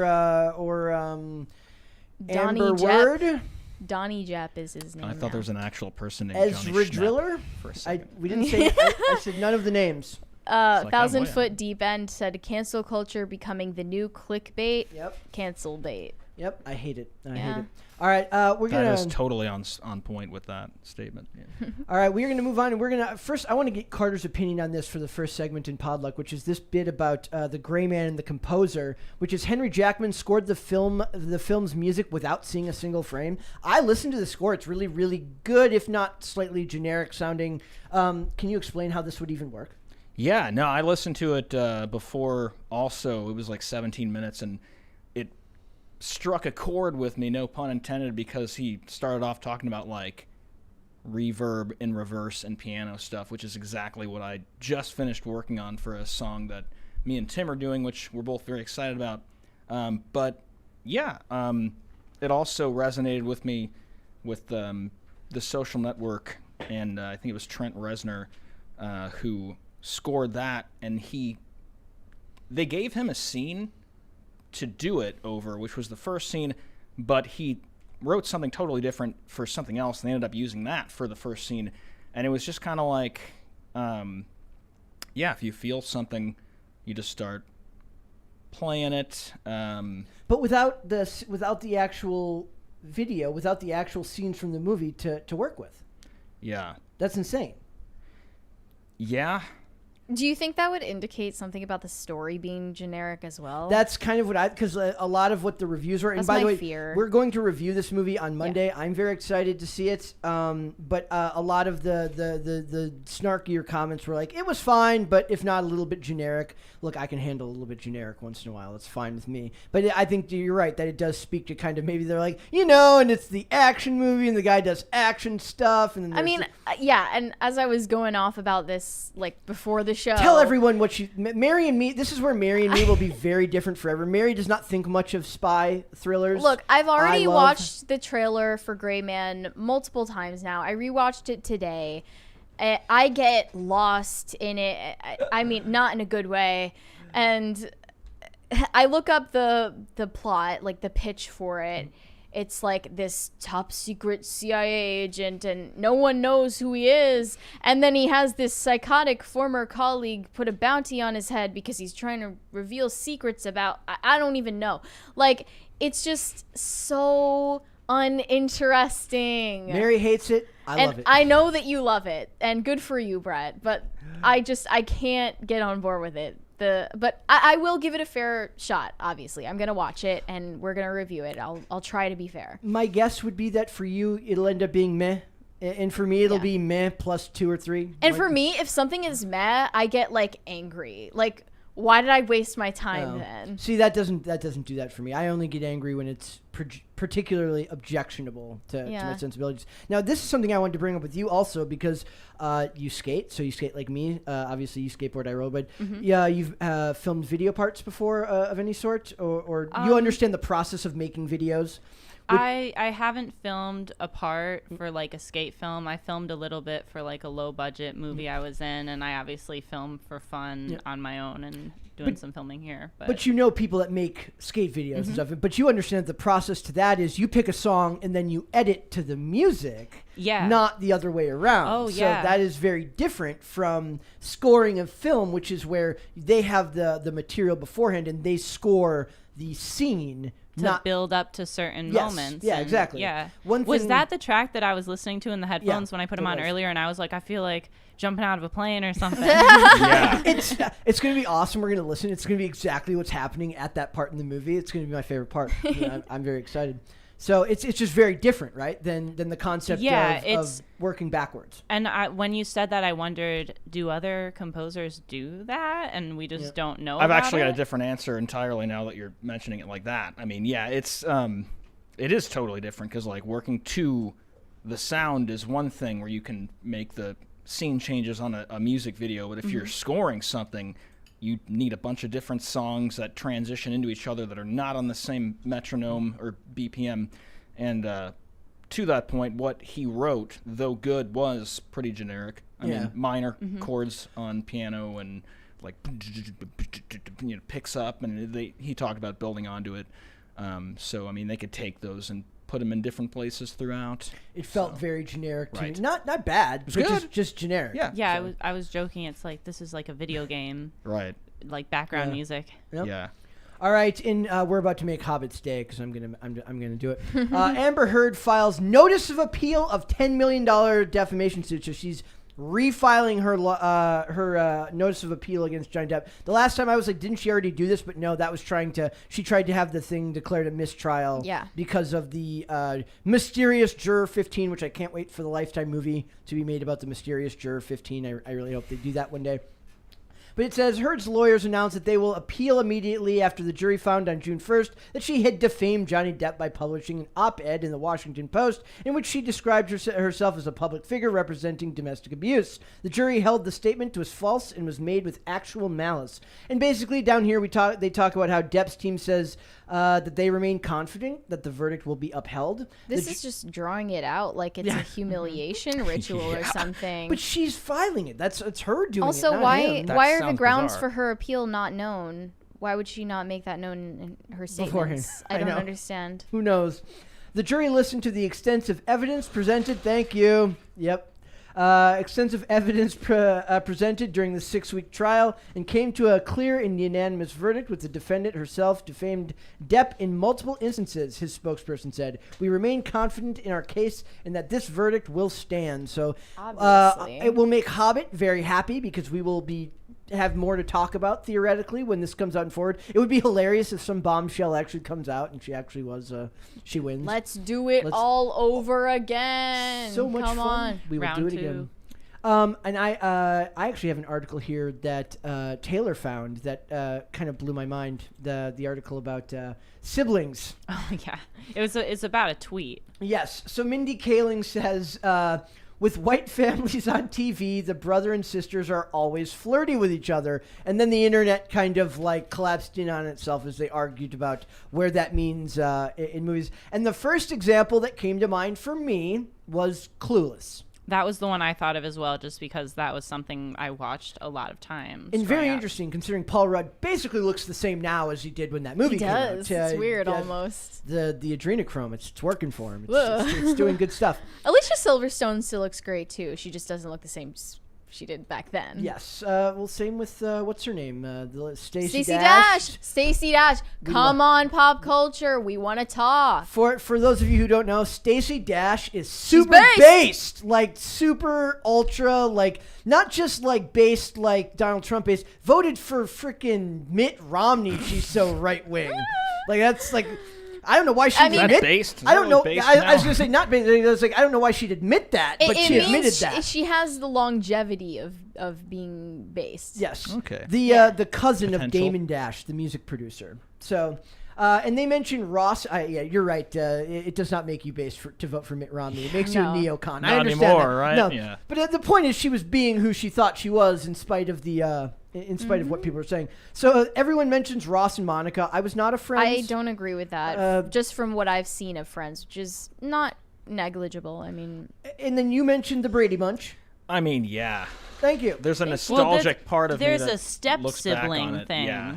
Yes. We need to mention that some of these are step that siblings. Is deliberate, right? Step it has siblings to be are deliberate. ex. What is the point, though? I don't understand the motivation. Like, to let's make insert everyone this uncomfortable. theme in. Is it just the Hollywood agenda to? It's not to make people uncomfortable. It's to make them more comfortable with something that they already don't like. It makes me a little uncomfortable. Why do they do it? Exposure. It's like I think exposure. it's also like sort of the way that Disney has often taken out like one of the parents in the family. Usually the mom. Yes. I don't understand that. Maybe it's just easier for casting. That's a good excuse, but it's a weird thing to continuously like repeat over and over. If you haven't seen a Goofy movie, go and watch a Goofy movie. Isn't a cartoon? A Goofy movie was good, but also another example of that. He is a fantastic role model. Isn't he a dog? Goofy is is a he single a single father. dad? He's a single dad, and he's a fantastic Yes, single he's a dad. dog. Okay. He's also a single father. He's a fantastic single father to a son who's just frankly kind of a dick. He's not grateful. He's not very grateful. So they mentioned the Brady Bunch. The other one they mentioned in here was Dexter, but they're not even they're adopted. He's adopted. Yes. They actually dated in real life, I'm pretty sure. They were married in real life. Right. Yep. So not anymore? No, they got divorced while still on the show. They totally alluded to some kind of relationship between Deb and Dexter, she died. She admits in the later seasons that she true. had romantic feelings for him, which I was like, because I actually mentioned recently, I've been rewatching Dexter off and on, and I was like looking through the IMDb because I'm a serial IMDb, and they talk about like she admits later on she's got feelings for him. I'm like, I don't remember that the first time I watched it, and then it kind of came back to me. So. If you want to watch a show that does great with cinematography and use of colors to build environment and atmosphere, Dexter is a perfect example of that. Oh, yeah. And Clueless, there's the picture that you're talking about there. Paul Rudd looks like Paul Rudd does now. Minus, it's creepy. Yeah. And then I didn't watch Seventh Heaven, but believe it or not, I'm not the target demographic for Seventh Heaven, but apparently there was an example there. But is it just a weird thing where they're trying to normalize the behavior by pushing it through the media? I think so. That's Why? creepy! Ew, it's too common to ignore it. Yep, it's freaking creepy. I feel like I should mention the Brady Bunch thing. I think I actually saw a joke movie of the Brady Bunch, where the sister and the brother like were into each other, but it was a joke. But all the same, they made the joke because it was something that was happening on the real show, so they were spoofing it. right. Oh, The God. other gives it one, credit. So which weird. I haven't seen this, but I've heard about this in another time that this came up in the news years ago. This like old Disney show, Life with Derek. I never saw there. I think that example was given in here. I never saw it. Yeah. Yeah, they say Life with Derek. Anyone? She says, I've never seen Derek, you're the most annoying brother. He says, step brother. She says, same difference. He goes, yeah, all right. Freaking creepy. Freaking creepy, man. I don't know. Looking That into could that be a Well, lot. right. I've heard Right. there's more than just like examples like that, but it'd be interesting to do a deep dive and see Yeah, how far they really take this. They mentioned that Marcia and Greg's kiss in a very Brady sequel, which took place at a wedding, naturally made the discussion. Actors Maureen McCormick and Barry Williams had an off-screen romance that may have contributed to the characters' on-screen chemistry. That tends to be the case. That sounds seems. like it was the case with Dexter, Right. Yep. but should that? Well, they actually wrote into the script on both occasions, right? And that was I don't know what Michael C. Hall has done. Reality since is Dexter. going into the art. It's but very weird. It doesn't work when they're cast as siblings. There's other examples of that, but I can't remember off the top of my head. Yeah. On which ones. So we got that, and then I also want to mention that this is a rumor, so I don't know if this is true. I've seen a lot of the comics channels that I've been talking that I love to listen to have covered this. That basically the idea here is that they've announced the Mutants for Marvel. And if the Mutants sounds generic, that's because Victoria Alonso, who is an executive at Disney or Marvel, thinks that the term X-Men is gendered and outdated. So you Just put an X in the middle of men, When and it's X Menixon. Mutants isn't very much better. If anything, that's more offensive. Yeah. In a way. I don't know if this is actually going to be what's happening. Mutants. It's really honestly derogatory. Basically, Kamala. It's like the people who are like, I don't have a Mutants. gender, just call me it. Call me a mutant.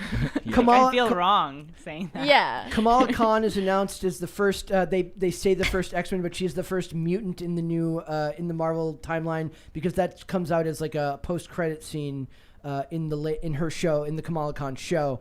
So Kamala Khan? the Mutants is what the name of the project. Now some believe that could be because it's a precursor to what will become the X-Men later. I buy the Victoria Alonso idea that it's just they don't want to use the term X-Men because it's got men in it. That's bad. Again, Ooh, not you can just men. add another X. That would be. Or just take the X from the beginning of it and just make it Mixon. It'll be funny to see where that goes. Also, I do want to finish off. Should we do Womp Womp Womp? Of course we should Okay. do Womp Womp Womp. What are you talking about? Well, we've got double Disney Womp Womp Womp, and this one makes Mary very happy, as you saw from the smile that lit up her face there. I loved it. Yeah. So Disney is ditching fairy godmothers for gender-neutral titles. So they're going along with the X-Men, ditching gender-neutral titles. Disney is bringing more wokeness to its theme parks by giving its Bibbidi Bobbidi Boutique for younger girls a gender-neutral makeover. For years, the Bibbidi Bobbidi boutiques at Disney World in Orlando and Disneyland in Anaheim have allowed young girls to live out their fantasies by glamming them up as Disney princesses. Disney has always called its stylists the fairy godmothers in training, but when the boutiques reopen on August 25th, after more than 2 years of COVID closure, they will be called the Fairy Godmothers Apprentices. So the idea is that they're not fairy godmothers in training; they're gender-neutral fairy godmother apprentices because The fairy godmother isn't What? human. that's the argument they made as to why Billy Porter played the fairy godmother, but they gave it a different name in the remake. Do you know what I'm talking about? The drag queen fairy godmother. Yeah, I yeah. heard about this. I didn't see it. The one with Camilla Cabello. Yeah, that depending on where you look is either really good or really bad. I didn't see it, but I heard it was god awful, and I'm sure it was. I don't understand. Apprentice is just more Like of a succinct godmother, way it's a fairy tale. Kids Yeah. don't even And know what the yeah, word I don't think apprentice any means. little girl's going it's to the same get thing as in training. glitter sprinkled on their heads or like, what if my stylist is actually a godfather or gender Yeah, this neutral? whole I time don't I'm think expecting that's crossing something there. to be like It's a all drastic service change. to the adults. But who this is worship is Disney. following them like taking Minnie out of a dress and heels too, right? yep, Absolutely. Also, they what got did they that put made me Minnie mad. In like a pantsuit and no more heels, sneakers. Not Hillary Clinton, Minnie. Right. That's just what I was don't thinking. look at the photo. Like, you don't want to see it. They gave the same treatment to the green M&M and her sexy white go-go. They changed the green M&M? Yes, The they green gave her M&M is tennis supposed to be shoes. sexy. Exactly. And then I went back to the catalog of all of these M&M commercials. Maybe it should They be were sexy. extremely sexualizing the green M&M. I understand why some people would find it weird, but like, stick to your branding. And Well, it's advertising 101. Sex sells. That's Also, what... I don't think having characters who are more feminine in their appearance is a bad thing. There's a lot of women They believe who are it's a very bad feminine. thing. They believe it's a bad thing. It's a bad thing unless it's somebody who's not feminine trying to be feminine, right? It's like when they complain about the chest size of women characters in video games and comics. They're like, oh, how dare you do that? And then like women are like, there's actually women that look like that. That's not like a bad thing. The problem isn't that they look like that. The problem is that men draw them to look like that, and men can't have anything that they actually like. But I mean, male characters in video games also they sometimes are in different types of outfits showing a lot and muscles, and we talk about that like as like a lot of it's sexualized. Superman does not look like a human being. He's got like a 12-pack. He's got abs on top of abs on top of abs. The men always stay the same. The women characters have to be made less attractive for the sake of realistic beauty standards, which is I gave them T-Rex hands there. They wouldn't be super then. I love it. It's where are her organs? They love that one. They love that. Where are her organs? Don't forget. What? So what's next? Are the Disney princesses gonna wear like sweatsuits? Yes. The idea is that they're too skinny to be realistic. I know. Where do her organs go? Oh my god. No, In the cartoons. They're just literally looking for her organs. Like, where's her spleen? So they didn't just get rid of that. They got rid of ladies and gentlemen, boys and girls, because that's gendered as well. They're dreamers of all ages. They're dreamers of all ages. No, you know, I worked at a everybody summer camp that did this kind of stuff, and I quit. Way. Yeah, it was a nightmare. It started out pretty normal, and then we had like a Zoom meeting where we all learned how to ask the kids about their gender. What? And I thought, why would you ask that? Well, What? I thought at first, whatever, like, I'm just going to do my job as this camp counselor, and if they want me to write my pronouns on my name tag, whatever. It was like something I didn't experience much of before that. But then once it actually started playing out, it was so weird, and there was one day that a girl had worn like sneakers and basketball shorts to camp. And one of the organizers actually started asking her and letting her know that it'd be okay if she wanted to go by he, him pronouns. Oh, and this that's girl freaking evil. looked mortified. This is like an 11 or 12-year-old girl, and I'm thinking to myself, if that happened to me at that age, while I'm insecure enough about my body, and an adult woman tells me maybe I'm a boy, when like I don't even think about that, it would be so humiliating. And I pulled her aside, and I was kind of like, hey, I know you're trying really hard to not be offensive, but I want you to know that you're actually doing the exact opposite of your intention. And I think you should like apologize to this girl. Yep. And I ended up finishing out that week because I didn't want the kids to feel like I was abandoning them. But then I quit, and I just told him I don't want to do this anymore. That's evil, dude. Like, it made me uncomfortable too. I don't know. I felt weird about it, and I just felt like some of the stuff they were trying to encourage us to do, whether it be like if a kid comes to talk to us about something personal that you should inform their parents about, but keeping it between you and them, I'm like, that's not my job. They're training you to like intrude upon these kids like interior like emotional they wanted lives. us to like indoctrinate the kids into this way of thinking, when I am almost positive that 100% of the parents at this particular camp would have not been cool with us doing that, which is why I was like, well, we'll do this weird Zoom meeting, whatever you want to do, but I'm just going to do my job. But once it actually started affecting my job, I thought, I'm not going to work here. That's evil. I would have believed anything you told me when I was a kid. Yep. So well, especially like when you're in those areas where you have like a camp counselor or a teacher or somebody you're supposed to trust. That's not that person's job to talk to kids about anything other than what they're teaching them or what you're doing at camp that day. Yeah.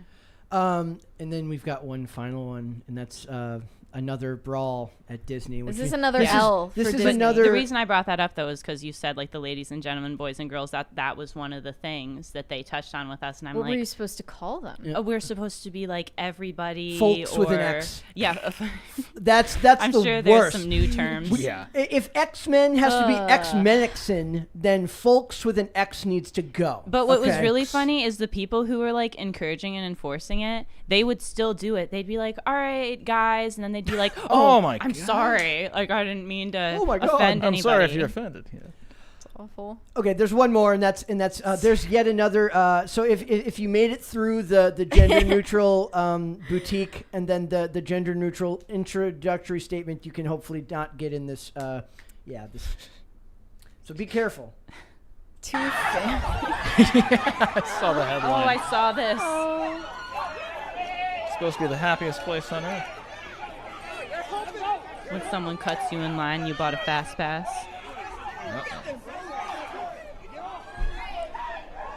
So how did this even break out? No, I mean, I'm wondering if maybe someone called somebody a fairy godmother's apprentice. Maybe someone said ladies and True. gentlemen. Yeah, maybe they said ladies and gentlemen, boys and girls, and they were very upset. And there was a parent there was like, not today. You are not going to gender my child. Not yes. Okay, we're getting A pair spicy. of We're red getting spicy Crocs on the today. floor, like Yeah, somebody I don't know what's wore the wrong happening. shoes for a Honestly, though, brawl. that's really sad. Like people who are okay with doing that at a place that's meant for children, where Well, they're going to imagine witness not that. being and involved and being a little kid walking by. That's what I'm saying. That Imagine, would be terrifying. imagine how Yeah. many people actually, young You think people, it's like see part of a that and are show? impacted or traumatized by that. Yeah. We're getting a little spicy today, so I think we go to super chats. Okay. Hobbit said, the Bourne films are the only spy stuff I enjoy. Love- I brought them up when we were talking about James Bond and like said, I don't know, is that a translatable character? But in what way? We concluded that like Matt Damon's the only person who could be Jason Bourne. I don't know about that. I mean, that given Or at least it seemed that I don't know way. how much time has to pass, but I feel like that one might be able to. They could translate that. Maybe. one. Hobbit said, name bet number 2 fulfilled. He wins. When did we mention Donnie Jepp? Donnie Jepp. I don't think we did. Caper2X I said, might have done it, oh, you're to blame. but it wasn't having anything to do with. Her. Yeah. Yeah. And you weren't even aware that the bet was happening. So No, I doesn't wasn't. count. Caper2X said, oh no, Mary angry. Save yourself. Howdy, Taylor. Why does everybody say howdy to me? I Do don't I look know. like Maybe a, it's just a him. cowgirl or Better something? than folks. But with howdy. an X. I don't mind it. I like it. Okay. But I'm going to just start greeting, like when I introduce myself, just saying howdy. Howdy, y'all. Howdy, y'all. Jonathan Harris said, the more I look at Carter, the more he reminds me of a friend I know that is the real life Florida man. Oh my gosh. That is amazing. See, if they're gonna make the Gray Man, they need to make a movie called The Florida Man, and that it's like He kills everyone. He wrestles. everybody has their crocodiles. own. Kills Do, everyone. do you have your own Florida Man story? Oh, I know a lot of Florida man. I lived in Florida. But I'm saying, do you have like it's you look up your birthday and then you look up and then you type in Oh, Florida no, I Man, haven't done that. and then you should look it up. You should Okay. be doing it Oh, right that's now. a Tell fun everyone little what their game. Florida I'll be back Man. with an update. What their Is Florida it supposed man- to be the year, too? No, just your birth date. Okay, let's see it. Oh, geez, I hope I get a good one. Satan is still in me. Florida man stabs roommate in attempt to, oh, geez. Say it again. Hold on, I gotta see. Oh, okay, so Florida man is behind bars after stabbing his roommate in the chest in an attempt to release Satan. Mine is so good. Florida man claiming to be Alice in Wonderland says hookah smoking caterpillar told him to destroy liquor store with a forklift. Okay, Mary wins. Doesn't even sound, that almost sounds like they know it's Like, a game. that's and- not yeah. real. Is the Toronto Sun like a real news outlet? It sounds like one. Carter, you got one? Yeah. Florida man mistakenly shoots son-in-law. Wait, a Florida man shot and killed his Norwegian son-in-law when a birthday prank went horribly wrong Tuesday night, authorities say. How does all of this happen? That sounds kind of dark and sad. Yeah. I mean, Mine says Florida man arrested for pelting girlfriend with McDonald's sweet and sour packets. I win. I win. yeah, though. I think Mary's is There was one Smoking underlying. caterpillar? There's also there's a Florida man pretends to be firework, shouts firecracker noises in the middle of the night. Like there's one for everybody's birthday. I so love it. If you are in the chat, you can look up your birth date in Florida Man, and you will know your very own Florida Man story. You will have many Florida Man there stories. I really wanted to read the one below the one I just read, but it's too inappropriate. I do too, but I feel like some of these things, once I read them, like I can't go back, and I don't know if I want this in my mind forever. There's also this one for mine. It says Florida man accused of putting semen in coworkers' water. Ew, gross. That's not cool. I've never lived in Florida, so it is not me. Innocent. Nathan Koss said the creepy Folgers commercial comes to mind. Yes, that's what Carter brought up. I brought that up. Yeah. I haven't seen it, but that's funny. It's a creepy Folgers commercial about like a brother who comes home from college or whatever, but they like somebody redid it to get like they put the scene. Can we pull it up? Is that a thing? If it's, it might be copyrighted. Oh, okay. Well, anyway, they edited it to make it look like the brother and sister were like romantically involved. You just got to see it. It's one of those things you have to watch. Ew. So it wasn't the actual commercial. No, it was. They reworked it though. No. They took the scenes and they put them together in a way that insinuated something disgusting. Yeah. Folgers Coffee, brother and sister home for Christmas 2009. Yeah. Yeah, I'm not clicking on that. It's, I'm going to watch it later. Okay. Next. Jonathan Harris said, now we'll have X persons or X birthing person. Yep, those are who your superheroes will be in a very short order period of time. Aaron Larson had the same idea as me. Make it X Mixon. We just can't have anything nice anymore. You're not allowed. No, we can't have nice things. What about Spider-Man? That can't stand. Well, there is Spider-Woman and Spider-Gwen, and yeah. Yep. Mm-hmm. Hobbit said, fairy, god person, place, thing. We accept all here. We are very accepting here. Fairy god nouns. Yes. Unavailable ID name said, am I the only one that liked the New Mutants? It had a gray indie feel. This will be my last super chat for a while.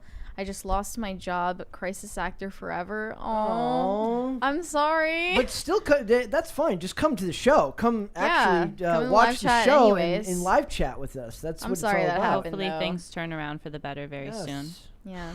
Caper2X said, yes, DC boy. Miss Marvel introduced it, although originally she was Inhuman. Make mine Marvel. Yes, they introduced. She was an Inhuman, but the thing is, the Inhumans TV show from Fox was literally one of the worst things ever made in the history of cinema. So they're kind of not happy with the branding on the Inhumans. Though they did bring back Anson Mount for the Doctor Strange movie. Vadap said stepmom catches stepdaughter doing stepdad's dirty laundry and gets a pink sock. I don't know what that means. I don't want to know what that means. I don't either. Unavailable ID name said great indie feel. Autocorrect is evil. Yes, it is. Keeps happening. And I thought New Mutants was okay, if not a bit. Like, you could tell that movie went through production hell where the studio got their hands on it multiple times over, and it was supposed to be a lot different than it was. Justin Erholtz said he sent a flower emoji and said, for Mary, enjoying the content, all thanks. What's up, Carter? I just looked up what pink sock was. Oh, no. I hope you weren't on the Wi-Fi. I don't look it up. Wait, what is... Okay, never mind. I don't want to know, actually. I'm going to stay innocent. You're on thin ice. Thin ice. Curtis Terry said... Guys, I'm trolling you. Check the pinned tweet on my feed. By the way, I've been a member of the website since day one. Thank you. Okay, good to know. I was hoping you weren't actually crazy. He also said, love you guys. We were talking about branding because we got the billboards coming out. We had to switch it up so that it doesn't say we didn't want to advertise YouTube. We wanted it to advertise the website. So we're hoping that eventually you'll be able to watch Pop Culture Crisis live from the actual Timcast website. So we're working on that. Mm-hmm. Hobbit said FM kicks swans in their head to practice karate.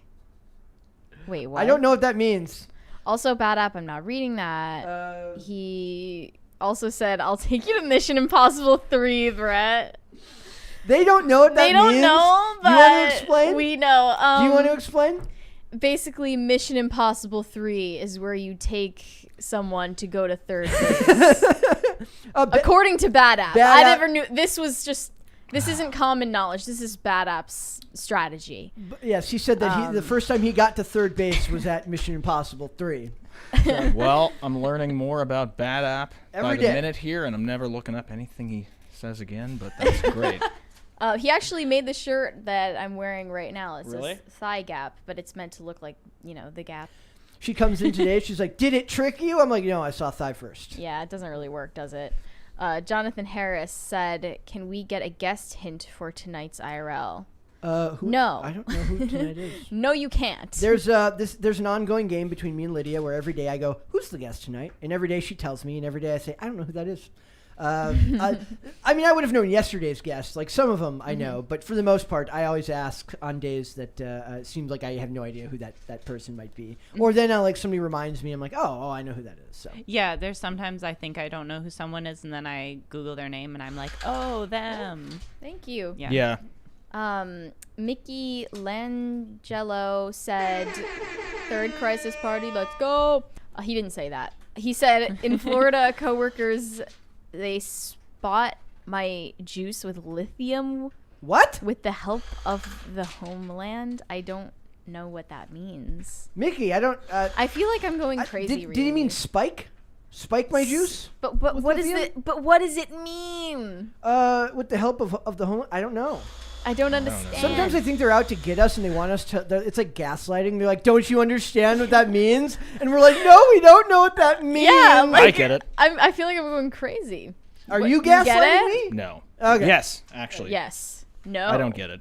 All right. Jonathan Harris said, "Bad App has the humor we need but don't deserve." That is debatable. Maybe the humor that we don't need but deserve. Yeah. We've done plenty wrong. That's fine. Like I said, we got a little spicy on the topics today. I felt, or at least at the end. I didn't deserve that last one. Curtis Terry said, "Look it up." No, we're not gonna look it up. We're not. Well, he already looked it up. We're not looking it up. But we're not gonna look it up. I'm not gonna look it up. I'm not getting HR coming to me and being like, "We need to know why you looked this up on the internets here." That's a problem. Allison is gonna say, "I'm HR, soy boy." Hobbit said, "Third crisis party, let's go." Thank you. In my words, exactly. Exactly. Thank you for that. Perfect. We've been getting so many crisis parties. I love it. It feels like we're interacting with you guys a lot. It's an honor and a pleasure, to be completely honest. I've been pleasantly I've been very, very happy with how much we've grown as a show, how many people have been engaging with us, getting more. I get a lot of messages now from people who reach out to say that they enjoy listening to the show at work, listening to the show while they're out doing things, and that's as somebody who has grown to love content like this, not just podcasts, but YouTubers in general that got me through hard periods in my life. That means a lot to me. So, guys, we got one more. Do we? Oh, Goofer Trooper said, "Love Carter, heart emoji." I got a question before we go. Does it matter what color the heart is when you use a heart emoji? It was a black heart this time. But I'm saying, does that matter? No. Taylor, do you use it? Do you use a specific heart color? Yeah. What I color? do too. Well, it depends on the person. See, So it's different depending on the person. Yeah. So, do you want me to go into my logic? I want you to give me your logic. Mine might not be the same as everyone's logic, but I think red is the most loving heart. I would use for my boyfriend or my best friends. And then I feel like black is neutral. You can send that to anybody. But then to Jewish friends, which a lot of my friends are Jewish, send them a blue heart. Okay. Oh, I get that. Because it but reminds me you can send a white one too. So it's like the You can also use the heart. Is it spades or the? Yeah. But heart, I only really darker red. I just use the red, blue, and the heart. black usually. I think. Only. I don't sometimes use any other ones. I don't use any of the colors. I use the white and black. See, and I've got friends who use the purple heart for friends and the red heart for people they're in relationships with. I just use red heart all the time. I think we all have different way that we sort it out in our brain of how we use emojis. I just use but the red they are heart. kind of a universal language too. So I wonder how many thoughts on it align between I use the moon face people. for a lot of stuff. I never use the moon. Mischievous moon face. It is my mischievous, favorite. isn't Wait, it? what are Yes. the emojis you guys use the most? Mary will tell you to not use laughing while crying emoji. Because Yeah, you I have to use just the one with tears where it has a little. That's new. It's a new one. I use I think it is. I use just the flame a lot. Oh. I think I don't know why that's funny. I use the devil horns, the smiling. I like that. It's devious. Oh, the purple guy? Yeah, okay. yeah. It's weird. Emojis are literally a universal language, so it's very interesting. There's some super chats there. Yes. Matthew Williams sent us $1.99. No message. Thank you, Matthew. Thanks, Matt. Jonathan Harris said, with the amount of things going on in the world, how is engaging with any internet content not an HR violation? Feels like it sometimes. Honestly, right? we're the victims here. Yeah. We're the victims and we do no wrong. Curtis Terry said, my Twitter. Okay, look it up and then my Twitter. Got it. Yeah. I'm just watching the chat with Thank that you. up here. Blue Heart said, can you guess what color I use? For a heart. I wonder. Yellow? Probably yellow. Yeah. Probably yellow. I'm not reading that. Why do you pay us to say things that will never be read on stream? I read it on my He's in your head, yes. Yeah, so thank you, Bad App. Thanks a lot, I guess. Guys, thank you so much. I think that was one heck of a show. That was a lot of fun. Taylor, tell everyone where they can find you on social media if they want to send you messages with varying colors of hearts. Yeah, send me all your favorite hearts. You can find me on Twitter at TM Silverman or on Instagram at Taylor May Silverman. Perfect. Carter, where can they find you? You can find me pretty much everywhere at Carter Banks, with the exception of Instagram, where there's a Carter Banks 4L, because Carter Banks was taken. For life. Yes. That's what that means. For life. Who took the original? I don't know. Some guy? There's a few people with my name, and I just wasn't thinking about it. For some reason, I got Carter Bryant Banks and Carter Banks 4L. But, yeah, you can even find me on YouTube at Carter Banks. So Perfect. Mary, where can they find you? You can find me on Instagram or WeChat at Closer Kitty, and whenever I post articles on timcast.com, I promote them there. And there was 2 more super chats there. If you were? If you deign to read them at the end. Oh, okay. Goofer Trooper said, I use the black heart for dudes and friends because I'm straight, LMAO. And you spelled straight STR8 What? like it's the 90s. It's fantastic. The black heart just has like an emo vibe. It doesn't mean like I don't feel very strongly about you. I just think it's like a neutral one you could send to anybody. I don't know. I think that would be the white heart, but no, I don't Sometimes know. I just We're do the questioning little, everything. Thing with a 3. We at all the interpret it differently. Yeah. Oh, I love that. I love typing out the 3. The heart. It says you're cooler than emojis. Totally. Caper2X said, adios, Taylor. Adios. With some howdy pirate and flags? Adios. They look like pirate flags. Why that? I don't know. All right. Now, and did you give them your socials? Did you give them Yeah, everything? I did. All right. Guys, you can follow me on Instagram at Brett Dasovic if you'd like to follow me there. For the show, we are on youtube.com/popculturecrisis 5 days a week at 3 p.m. Eastern Standard Time. That is noon Pacific. Grab a Cali burrito. Come listen to us on your lunch break. We appreciate it very greatly. Also, we are on Amazon Music, Apple Podcasts, Pandora, and Spotify if you prefer to listen rather than watch, though I have no clue why you would want to do that at this point if you don't want to see all the insanity that goes on here when we're interacting with everybody. And then also social media, Twitter at popculture_show, Facebook and TikTok at popculturecrisis, and Instagram at popculturecrisispod. We will be back on Monday with a new episode, guys. See you then. Bye. Bye.